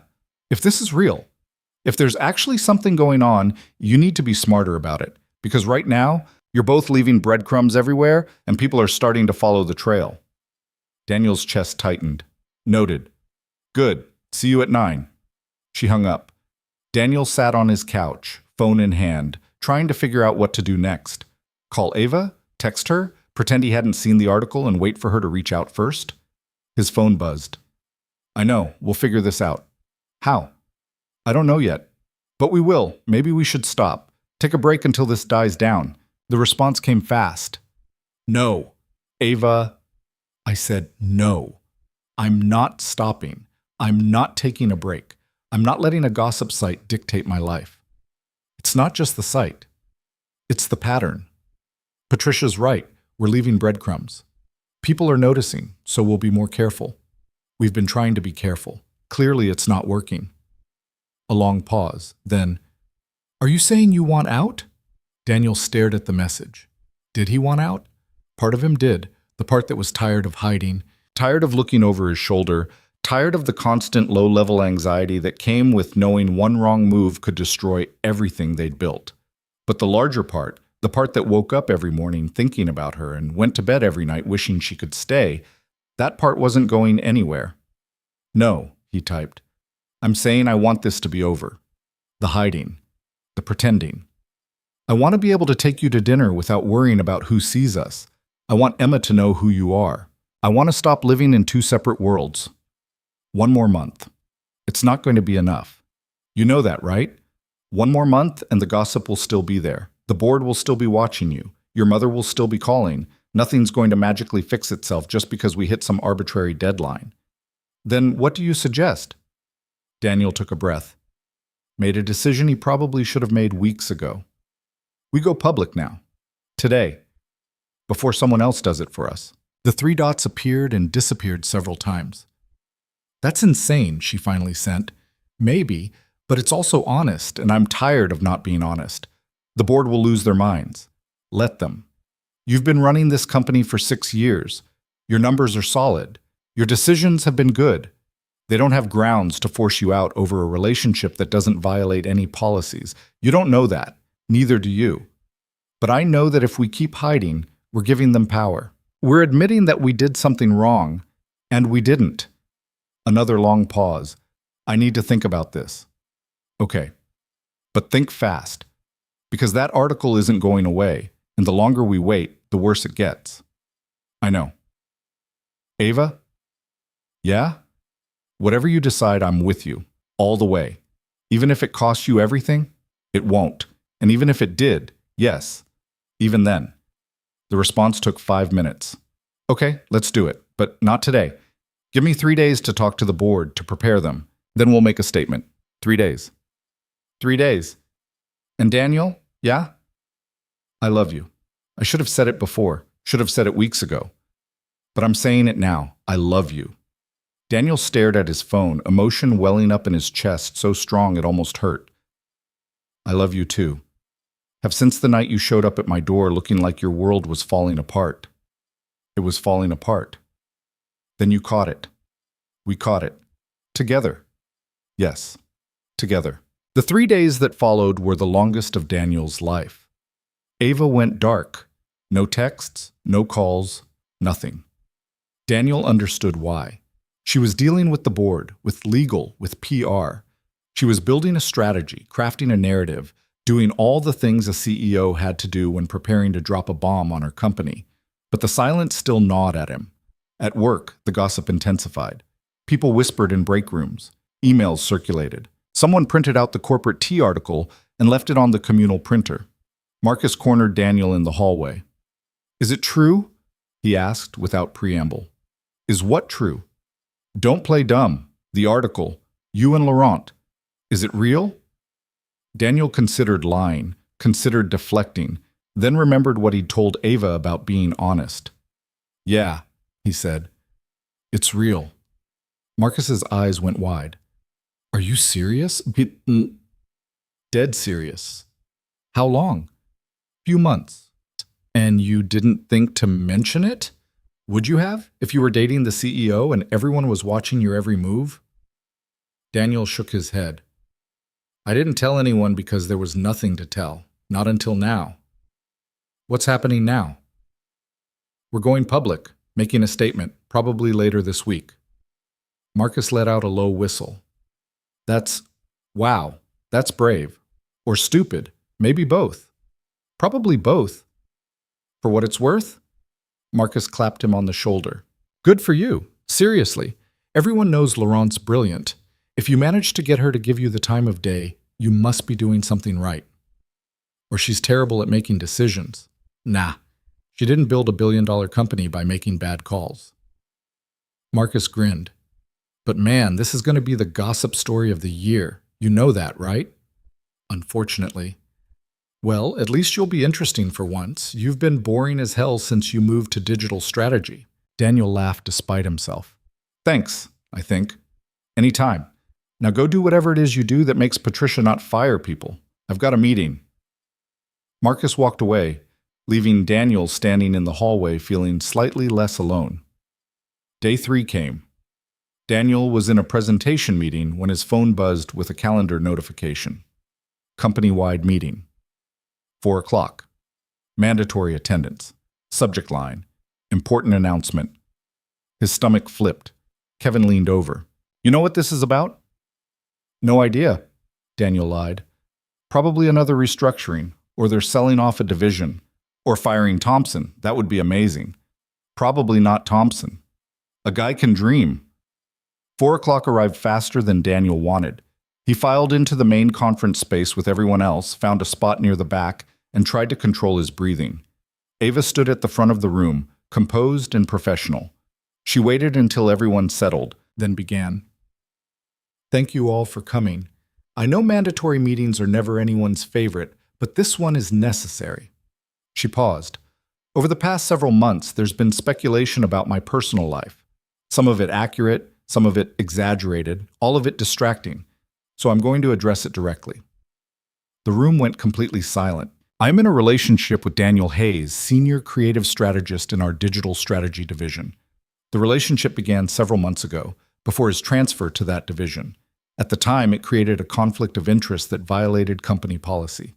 We addressed that conflict by restructuring his position and removing any direct reporting relationship between us. Since that time, our relationship has been entirely personal and has had zero impact on professional decisions or company operations. Someone in the crowd whispered. Ava's gaze swept the room, and the whisper died. I'm making this statement for several reasons, she continued. First, because transparency matters. Second, because I refuse to let gossip and speculation dictate how this company operates. And third, because I want to make something absolutely clear. She paused. I am the CEO of this organization. I have built this company from the ground up. I have delivered consistent results, maintained strong client relationships, and created a workplace that attracts top talent. My personal life does not change any of that. And anyone who believes it does is welcome to bring their concerns directly to me. The challenge in her voice was unmistakable. Daniel felt pride surge through his chest. That said, Ava continued, I recognize that my position comes with responsibilities, which is why I've already met with the board to discuss this situation. They've been informed of the timeline, the steps taken to address potential conflicts, and the fact that all policies have been followed since the restructuring. They have expressed confidence in my continued leadership. That was probably a generous interpretation of whatever the board had actually said, but Daniel appreciated the political maneuvering. Moving forward, Daniel and I will continue to maintain appropriate professional boundaries at work. Outside of work, our relationship is our business. I expect the same level of professionalism from all of you, which means no gossip, no speculation, and no attempts to create drama where none exists. She looked directly at the room. We're adults. We work for a media company. Surely we can handle this situation with maturity and grace. She let that sink in. Then, questions? Nobody moved. Nobody spoke. Good. Then this meeting is over. Back to work. The room erupted into motion. People filed out, whispering furiously. Daniel stayed where he was, watching Ava gather her notes. She glanced up, caught his eye across the room, and gave him the smallest smile. Then she walked out, surrounded by assistants and executives, back to being the CEO.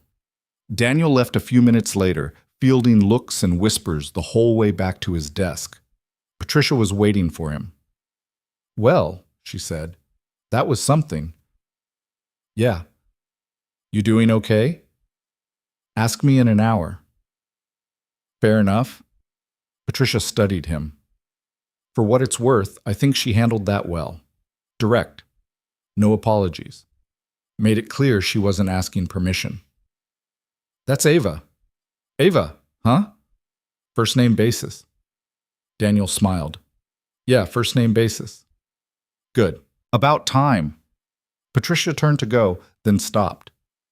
"Hayes?" "Yeah?" "Don't screw this up. Not the relationship, the work. Because if you start slipping because you're too busy thinking about your girlfriend, I will make your life miserable. Clear?" "Crystal clear."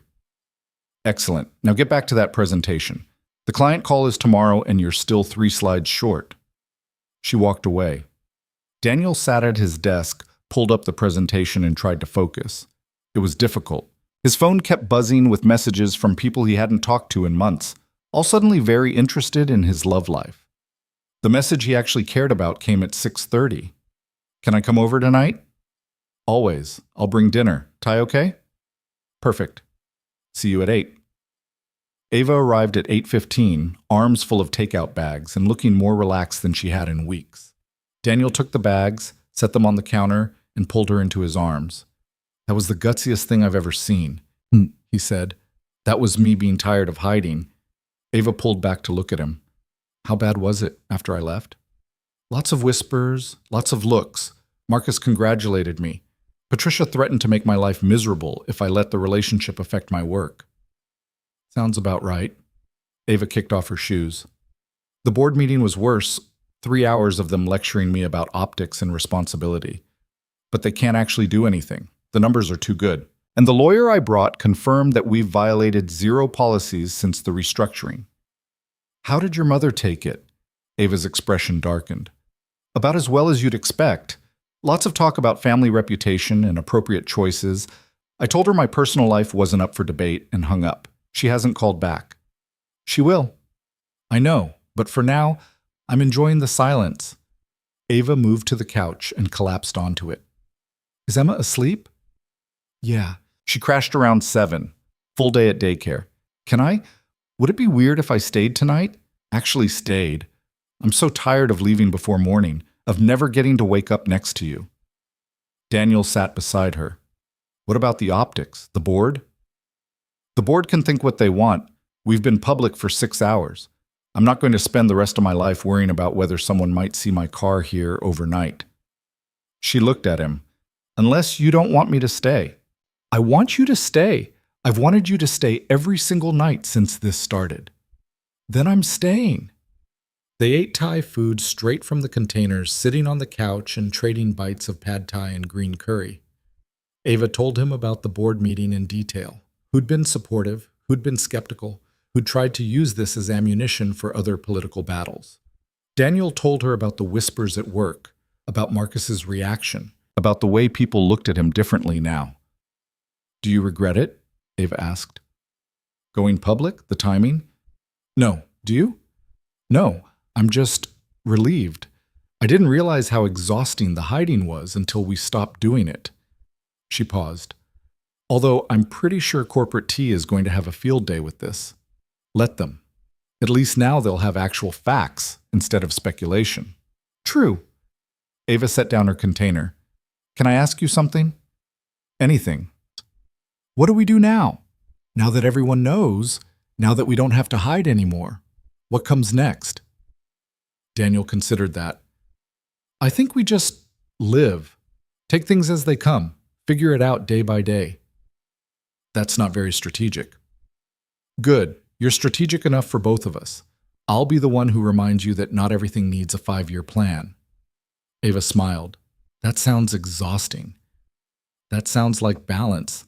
She leaned her head on his shoulder. "I like the sound of that." They stayed up late, talking about nothing important, about the terrible movie playing on TV, about whether they should get Emma that goldfish. about weekend plans and grocery lists and all the mundane details that made up a life shared openly instead of in pieces. When they finally went to bed, Ava curled against Daniel's side like she'd been doing it for years instead of months. He wrapped his arm around her and felt something settle in his chest, something that felt like coming home. "Thank you," Ava whispered in the dark. "For what?" "For not giving up, for pushing me when I needed pushing, for being patient when I was too scared to be brave. You were always brave. You just needed someone to remind you. Maybe." She was quiet for a moment. "I've been thinking about what you said, about Emma, about her knowing who I am." Daniel's heart rate picked up. "Yeah? I'd like to meet her properly, not just as the woman on your couch that one morning, as your—" She paused. "What am I?" "Your girlfriend sounds too casual. Your partner sounds too businesslike. How about just Ava? The person who's important to me, the person I love. I like that better." Ava took a breath. "So yes, I'd like to meet Emma, as that person, if you think she's ready." "I think she is. She's been asking questions about why I seem happier lately, about whether I have a friend who makes me smile. 4-year-olds are more perceptive than people think." "What will you tell her? About us?" "The truth. That you're someone special, someone I care about, someone who's going to be around for a while if that's okay with her. And if it's not okay, then we figure it out. But I think it will be. Emma's got a big heart. She's good at making room for people." Ava pressed closer. "Okay, this weekend?" "This weekend," Daniel confirmed. They fell asleep like that, tangled together, no longer counting down to some arbitrary deadline or worrying about who might see them. Just two people who'd found each other in the middle of their own separate messes and decided to build something better. The weekend came faster than expected. Daniel spent Saturday morning trying to explain to Emma that a friend was coming over and she should be on her best behavior. Emma spent Saturday morning asking 17,000 questions about who the friend was and whether she liked dinosaurs and if she was the same friend from before. "Yes, it's the same friend," Daniel said, wiping syrup off Emma's face. "And I don't know if she likes dinosaurs. You'll have to ask her." "What's her name?" "Ava." "That's a pretty name." "It is. Is she your girlfriend?" Daniel paused mid-wipe. "Where did you hear that word?" "Mrs. Garrett. She said you have a girlfriend now, and that's why you smile more." "Mrs. Garrett talks too much." "Is she your girlfriend, though?" Daniel set down the napkin and looked at his daughter. "Yeah, sweetheart, she is." "Okay." Emma went back to her waffles like this was the most normal conversation in the world. "Can we show her my block tower?" "Sure." "And my dinosaur collection?" "If she wants to see it." "She'll want to see it. Everyone wants to see my dinosaurs." Ava arrived at noon, looking nervous in a way Daniel had never seen her look. She was wearing jeans and a soft sweater, her hair down, no makeup except the bare minimum. She looked beautiful and terrified. "Hi," she said when he opened the door. "Hi, come in." She stepped inside and Daniel saw her eyes immediately go to Emma, who was standing in the middle of the living room clutching her stuffed rabbit and staring with wide, curious eyes. "Emma," Daniel said. "This is Ava." "Ava, this is my daughter, Emma." "Hi, Emma," Ava said softly. "It's nice to meet you." "Hi," Emma said, then after a pause. "Do you like dinosaurs?" Ava blinked, looked at Daniel. He just smiled. Yes, Ava said. "I like dinosaurs." "What's your favorite?" Ava looked genuinely panicked. "The big one with the long neck?" "Brachiosaurus." "Yes, that one." Emma's face lit up. "I have 3 of those. Want to see?" "I'd love to." Emma grabbed Ava's hand and dragged her toward the bedroom. Ava shot Daniel a help me look over her shoulder. He just laughed and followed them.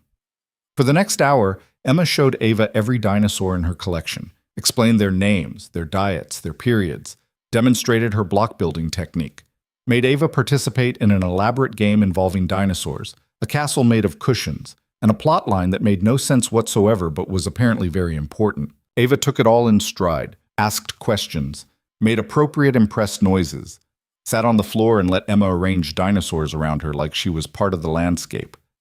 At one point, Emma looked up at Daniel and said, I like her. She can stay. I'm glad, Daniel said, his chest tight with emotion he couldn't quite name. After lunch, Emma got tired and went down for a nap without argument. Daniel and Ava moved to the couch, both exhausted in the best possible way. That was, Ava started, intense?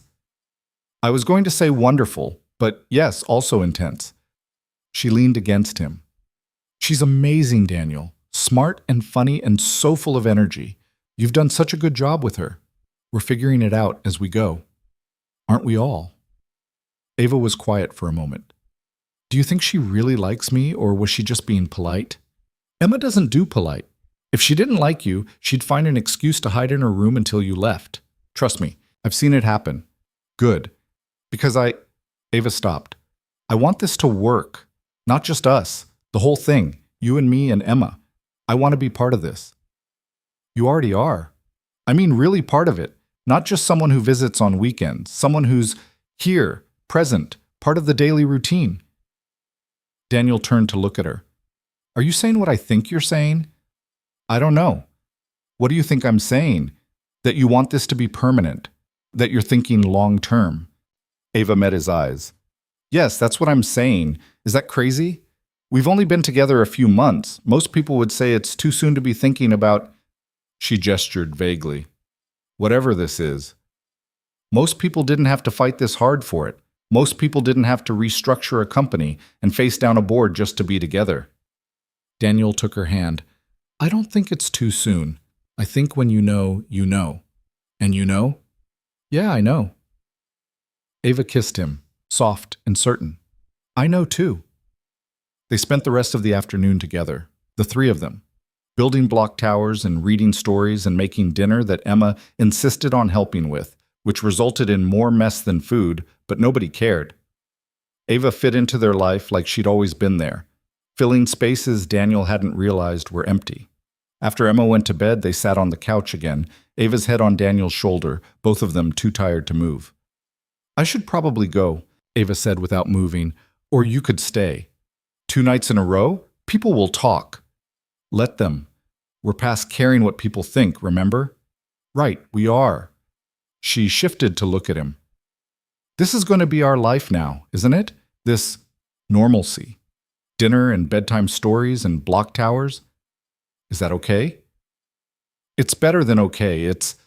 She searched for the word. It's everything I didn't know I wanted until I had it.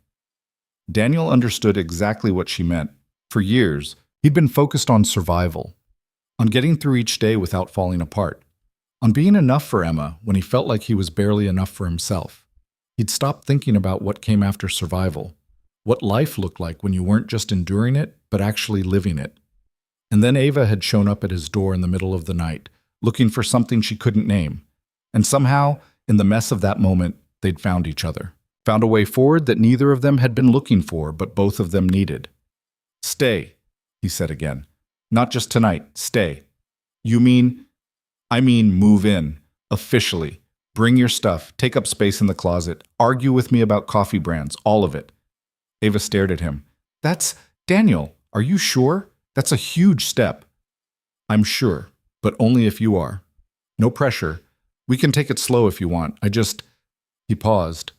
I'm tired of you leaving, tired of saying goodbye. I want to wake up next to you every morning and know you're going to be there when I go to bed at night.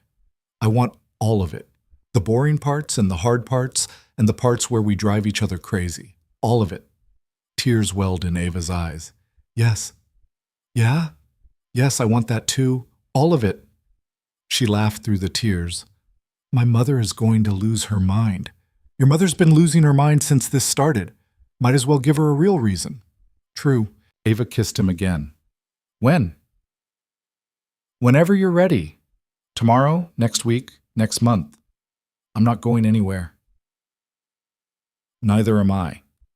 They stayed up late talking about logistics, about closet space and bathroom schedules, and how to explain to Emma that Ava was going to be there all the time now, about what it would look like to merge their lives when one of them lived in a regular apartment and the other lived in a penthouse that cost more than most people made in a decade. I'll keep the penthouse, Ava said, for when I need space or have to host work events. But this, she gestured around Daniel's modest living room. This feels more like home than that place ever did. Because it's lived in, because it's real, because you're here. Ava curled closer. That's what makes it home. The next few weeks were a blur of change. Ava moved in gradually, bringing clothes and toiletries and the small personal items that made a space feel inhabited. Emma adjusted faster than Daniel expected, delighted to have someone else around to play with and read to her. Mrs. Garrett stopped making knowing comments and started being genuinely helpful, offering to babysit when Daniel and Ava needed time alone. At work, the gossip eventually died down. People moved on to other drama. Daniel's campaigns continued to win approval, and Ava's leadership remained solid. Patricia stopped threatening him and started actually praising his work. Marcus became one of their biggest supporters, running interference when people tried to stir up old speculation. The board backed off. Ava's numbers were too good, her decisions too sound. They had no grounds to question her leadership, and they knew it. Her mother eventually came around, reluctantly, with conditions and expectations, but she came around. 3 months after going public, Daniel and Ava took Emma to the park. It was one of those perfect fall afternoons where the air was crisp and the leaves were turning and everything felt possible. Emma ran ahead, chasing pigeons and laughing, while Daniel and Ava walked hand in hand behind her. "You know what I realized yesterday?" Ava said. "What?" "I'm happy. Actually, genuinely happy. Not just content or satisfied or successfully managing stress. Happy." She squeezed his hand. "I didn't think I was capable of that anymore." "You were always capable of it. You just needed to let yourself feel it. You make it sound easy. It's not easy, but it's worth it." They watched Emma climb onto a swing and demand they push her higher, higher, until she was practically flying. Daniel obliged, and Ava stood beside him, and together they created the kind of ordinary moment that meant everything. Later, when Emma was asleep and they were curled up on the couch in the quiet apartment, Ava said, "I want to tell you something." "Okay." "That night, I showed up at your door. I didn't actually remember your address from the HR list." Daniel pulled back to look at her. "What?" "I mean, I did see it on the list, but that's not how I found you. I drove around for almost an hour after I left that restaurant. No direction, no plan. And then I just ended up here, like something pulled me here." She paused. "And when I saw your building, I knew this was where I was supposed to be, where I needed to be." "What? Why didn't you tell me that before?" "Because it sounded crazy. Still sounds crazy, but I've stopped caring about sounding crazy." She smiled. "I think some part of me knew even then that you were going to change everything, that showing up at your door was the bravest and stupidest thing I'd ever do, and that I'd never regret it." Daniel kissed her forehead. "Do you regret it?" "Not for a second. Even with everything that happened, the investigation, the board, the gossip, especially because of all that. Because it proved something important." "What?" "That we could survive the worst and still want each other on the other side. That we were worth fighting for." Ava looked up at him. "I spent my whole life playing it safe, making the smart choice, following the path that made sense, and I was miserable. Then I made the stupid, reckless, completely illogical choice to trust you. And it's the best decision I've ever made." Daniel felt emotion swell in his chest. "You changed my life too, you know. I was just existing, going through the motions, trying to be enough for Emma and never feeling like I was.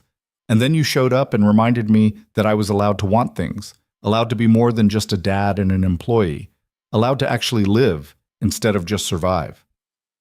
We saved each other." "Yeah, I think we did."